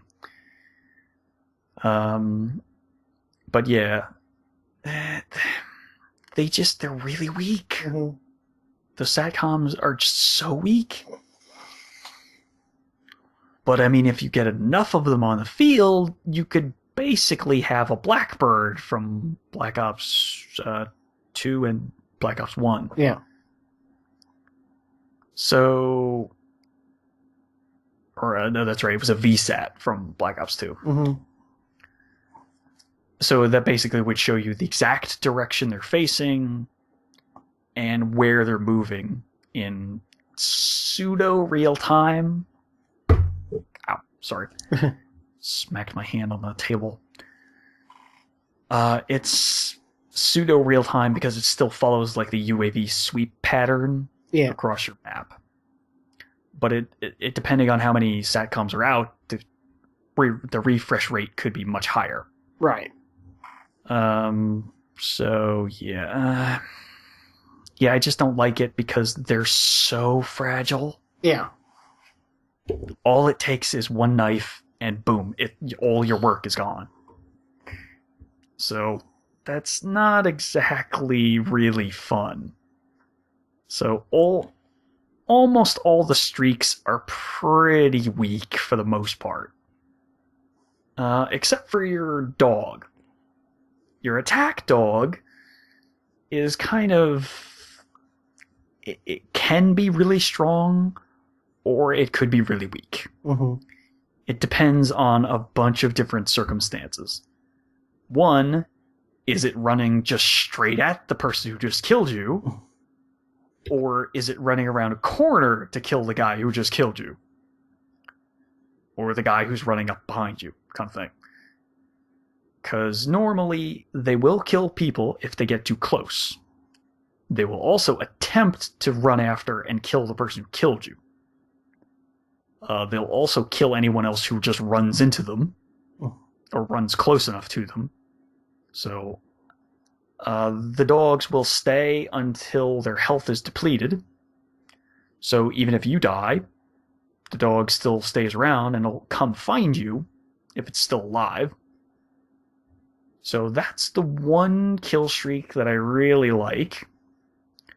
But yeah, the attack streaks, they just, for the most part, just feel kind of weak.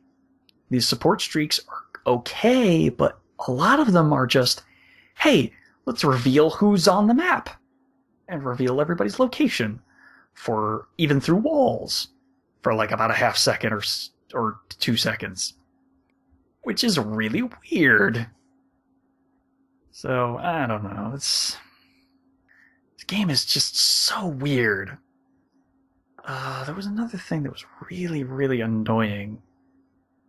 What was it? I'm trying to think what the other annoying thing is. I know there's something else. It's something important. I know I'm forgetting it. Why am I forgetting it? What is it? The last thing I wanted to mention. Okay, well, I think we've gone enough about the multiplayer. Bottom line, this seems to be a step backwards. Oh yeah, it's a huge step backwards. Yeah, the lack of theater mode, the lack of being able to stream, the lack of being able to just even record anything that you just did at all. I guess PlayStation you could. Yeah, You're reliant on the console level stuff to do everything. Well, actually, you can do it on Xbox One as well. Well, right. I mean, you just have to do it in like 5-minute increments. Right. Whereas on PS4, you're just streaming to Twitch.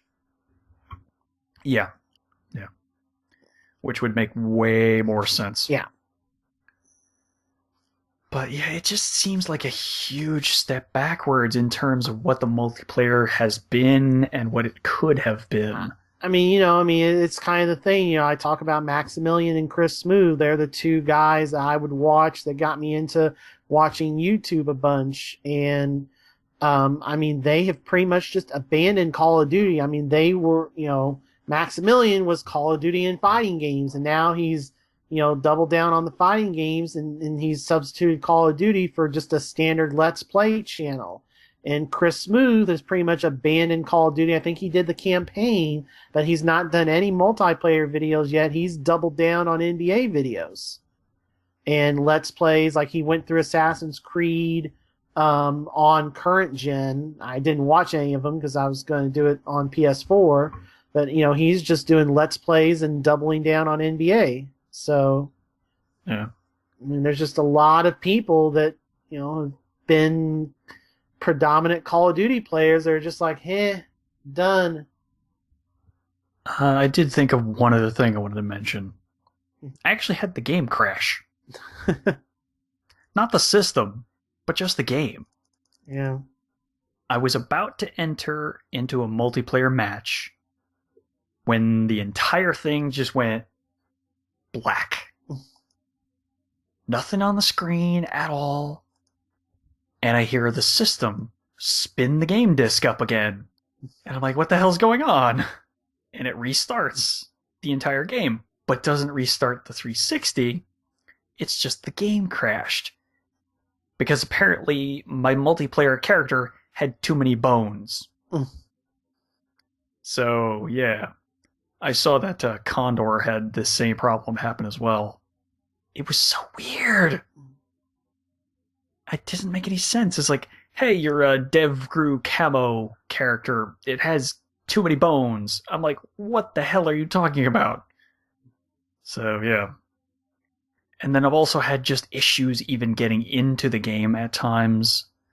A lot of times, even though I see other people playing in multiplayer matches at that very same second, I could try to go into the multiplayer mode, and the game would say, sorry, Call of Duty server's down right now.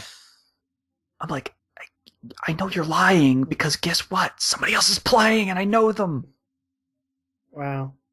It's just such a freaking mess. Yeah. It really feels like they tried to take a team that had pretty much no idea what they were doing and said, well, let's copy some of what Modern Warfare 3 did and a little tiny bit of what Black Ops 2 did, and then we'll just mash it all together as quick as possible. And it just doesn't work. Yeah. I've already prestiged once. Although prestiging doesn't really mean anything because you don't actually hit a button to prestige. You just get to level essentially 61 for every single character, and they just acquire a new emblem next to their name. And the emblem will change depending on how many people you have prestiged. Yeah. So, yeah. That's pretty much it from Ghosts. Yeah, they tried to spook me, but they failed miserably. It's such a weird mix of just absolute crap. Oh, there's a huge frame rate issue on a map called Stonehaven. If you're looking down the sights of a sniper scope, your frame rate will drop in like half. And it is insane. And it even does it on the next-gen consoles. That is just ridiculous. Yeah. It's just so bad. It's like the game is trying to just render so many more things than it's capable of, but the game doesn't look that good, so I don't know what the hell is going on. Right. So, yeah. I don't think I'll be playing this game very much. Not as much as I played Black Ops 2. Definitely not as much as I played Black Ops 1. Definitely not as much as I played Modern Warfare 2 or Modern Warfare 3. Or even World at War. I played that game a lot. Yeah. I didn't really like it because I didn't really like the guns in that game. But I still played it. Yeah. And I didn't like the guns because I had no idea what I was doing in that game. Now I know what I'm doing in Call of Duty games. Oh, jeez, this game is just it's a huge step backwards in every possible way, that's what's surprising. It's like everywhere they could have taken a step forward and done something interesting, they just went, let's take a few steps backwards and just make sure everything works. Only they didn't even do that right. Alright, I think I'm good. I think I got all my Venom out for now. Good.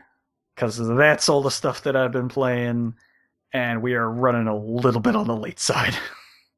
Yeah, let's at least get the NPDs, because we missed September's. Alright, so I guess we'll hit up what for last month, right? October, yes. Okay, so we'll do the October NPD numbers. Now it's that time of the month that causes gamers worldwide to be crabby and irrational. No, it's not PMS. It's NPD. All right, lay on there. Oh God, I'm so tongue tied right now because I was so angry at Ghosts. All right. Lay those numbers on me. All right, so because software is up 12% sales-wise from last year, the retail sales were up 5% overall. Hardware is down 8%, even though there was a massive increase in 3DS sales, obviously because of Pokemon, and that does include the 2DS. So the number one selling platform for like the 7th straight month in America was the 3DS, this month selling 452,000 units, which is a 100% increase over last year. Yeah. The number one selling console, once again, was Xbox 360, number 2 overall, and it only sold 166,000 units. Jeez. Yeah. Well, I mean, the new console generation is here, so people were obviously waiting and saving their money. Right. To buy the expensive brand new consoles. So going to the NPDs, number 10 with only 1 week on the charts. Number 10, WWE 2K14. Okay. So pretty good with only 1 week on the charts. With 2 weeks on the charts at 9 and then 8. So 9th was Lego Marvel Superheroes. Yep. And then 8th was 2 days prior, Skylander Swap Force. Okay. Number 7 has to be kind of disappointing. Number 7, with a full month on the list, is NBA 2K14. And probably also disappointing compared to previous years. Number 6, with that same week that WWE had, Assassin's Creed 4. Well, I mean, a lot of people were burned last year. Yeah, or waited for the next gen one. I think that's what's happening with both. Also that. Yeah, I think that's what's happening with both Assassin's Creed and NBA. Because with just a few days more on the sales available for purchase, the number 5 game of the month is Batman Arkham Origins. Yeah. So, I mean, it outsold Assassin's Creed, even though they came out 3 days apart. And the number 4 selling game, once again, that final Tuesday in October, the number 4 selling game was Battlefield 4. Of course, on both console platforms, there are upgrade programs. Yeah. So you could theoretically buy that game on the current gen and upgrade them in various ways. Yeah. Because why would you want to wait to start leveling up your characters? I did, just, because part of the thing was I was going from 360 to PS4, so my multiplayer progress wasn't going to carry over. Same thing with Assassin's Creed. I was flipping console providers, so none of that carryover stuff would work. Even though combined they would be number 1, but split up they were number 2 and 3 were the Pokemons. X and then Y. Combined, they sold for 1.7 million units. That's pretty good. In North America, or in the U.S. Now, I think it's somewhere in the neighborhood of 900,000 something for X and 800,000 something for Y. Is roughly what I've heard. That's odd that it would be less for Pokemon Y. Well, generally the first game is, so like in black and white, black was the top seller for X and Y. X, whatever is the first one alphabetically, is generally the higher seller. Huh. Okay. That's weird. If you go into the past. All right, so at number 1, once again this month, selling another 1.1 million units was Grand Theft Auto 5. And no, it's not coming to next gen. At least not yet. Not for a long time, yeah. would be my guess. If it even Yeah, does. because not that many people. There's only 1 million people in North America with PS4s, roughly a little over 1 million. There's only 1 million people worldwide with Xbox Ones, whereas there's 80 million or 70 million of the other consoles out there. Yeah. So all you guys, and I mean, if you have to trade in your stuff to afford the new stuff, I understand, but there's just so many people just like, oh, trade all the stuff in, and then I think some of these people are like, well, wait, I want to play Grand Theft Auto. Sorry. Oops. I guess you're going to have to get it on PC then, huh? Yeah, that's not out yet either. Not for a long while, yes, I know, but it will come. That will at least come. Yeah. We know it'll happen. Yeah. So, I mean, there you go. So there's the NPDs. So it's going to be very interesting to see, when we get to second week of December, I imagine Ghost is going to be first. I'll be kind of interested to see how everything else breaks down. Yeah, I think they're going to be less than, they're definitely going to be less than Grand Theft Auto, that's for sure. Yeah. And I think they're going to be less than Black Ops 2. Yeah. All right. It had such promise and just went down the toilet so quick. I don't know about quick. Well, I mean, once it actually got out into the open. But, alright. Anyway. Yeah, I guess that'll do it for this week, huh? Yeah, that's a show. Yep. Don't forget to subscribe to the show on iTunes, or if you're still using Zune, you could still subscribe to the RSS feed through Zune. The actual marketplace, I think, goes away like this week. Yeah. So... There's Spotify as well, right? Spotify? I don't know. Now, what's the other thing? I screwed up then. What's the other... The podcast streaming thing that you... Oh, shoot. Stitcher Radio. Stitcher, okay. Stitcher Radio application for your smartphones. Go ahead and listen to us on there as well. Okay. You can also find us, once again, on the iTunes Music Store, like usual. And if you're at the iTunes Music Store, go ahead and leave us a rating review. Just help us get out to more listeners. Don't forget to hit us up on Facebook and give us a like, or on Twitter and follow us at Checkmate Arcade on Twitter and Checkmate Space Arcade on Facebook. Yeah, and if you send a tweet to Checkmate Arcade, my phone sees tweets to there, so I will respond. Yep. Do you want to plug yours as well? Well, yeah, MSU Hitman. I'm very active on Twitter. Counting retweets, I'm at over 12,000 tweets. Nice. I think I'm less than half that. Granted, mine's a lot of retweets, but I do try to interact with people on there, so. Yeah. But if you want to get my very sporadic tweets, you can hit me up at DarkBossMan. Alright, so that's going to do it for this episode. I have been scared by the lack of quality control in Call of Duty Ghosts. My name is Stephen Boss, the Dark Boss Man. And with this next-gen thing, how am I going to get my current-gen backlog down? What? Oh, no, current-gen games. Next-gen games. Not enough time. Working more. Not enough time to play. I'm MSU Hitman Jason Billingsley. Oh, you and me both. Our backlogs are ridiculous.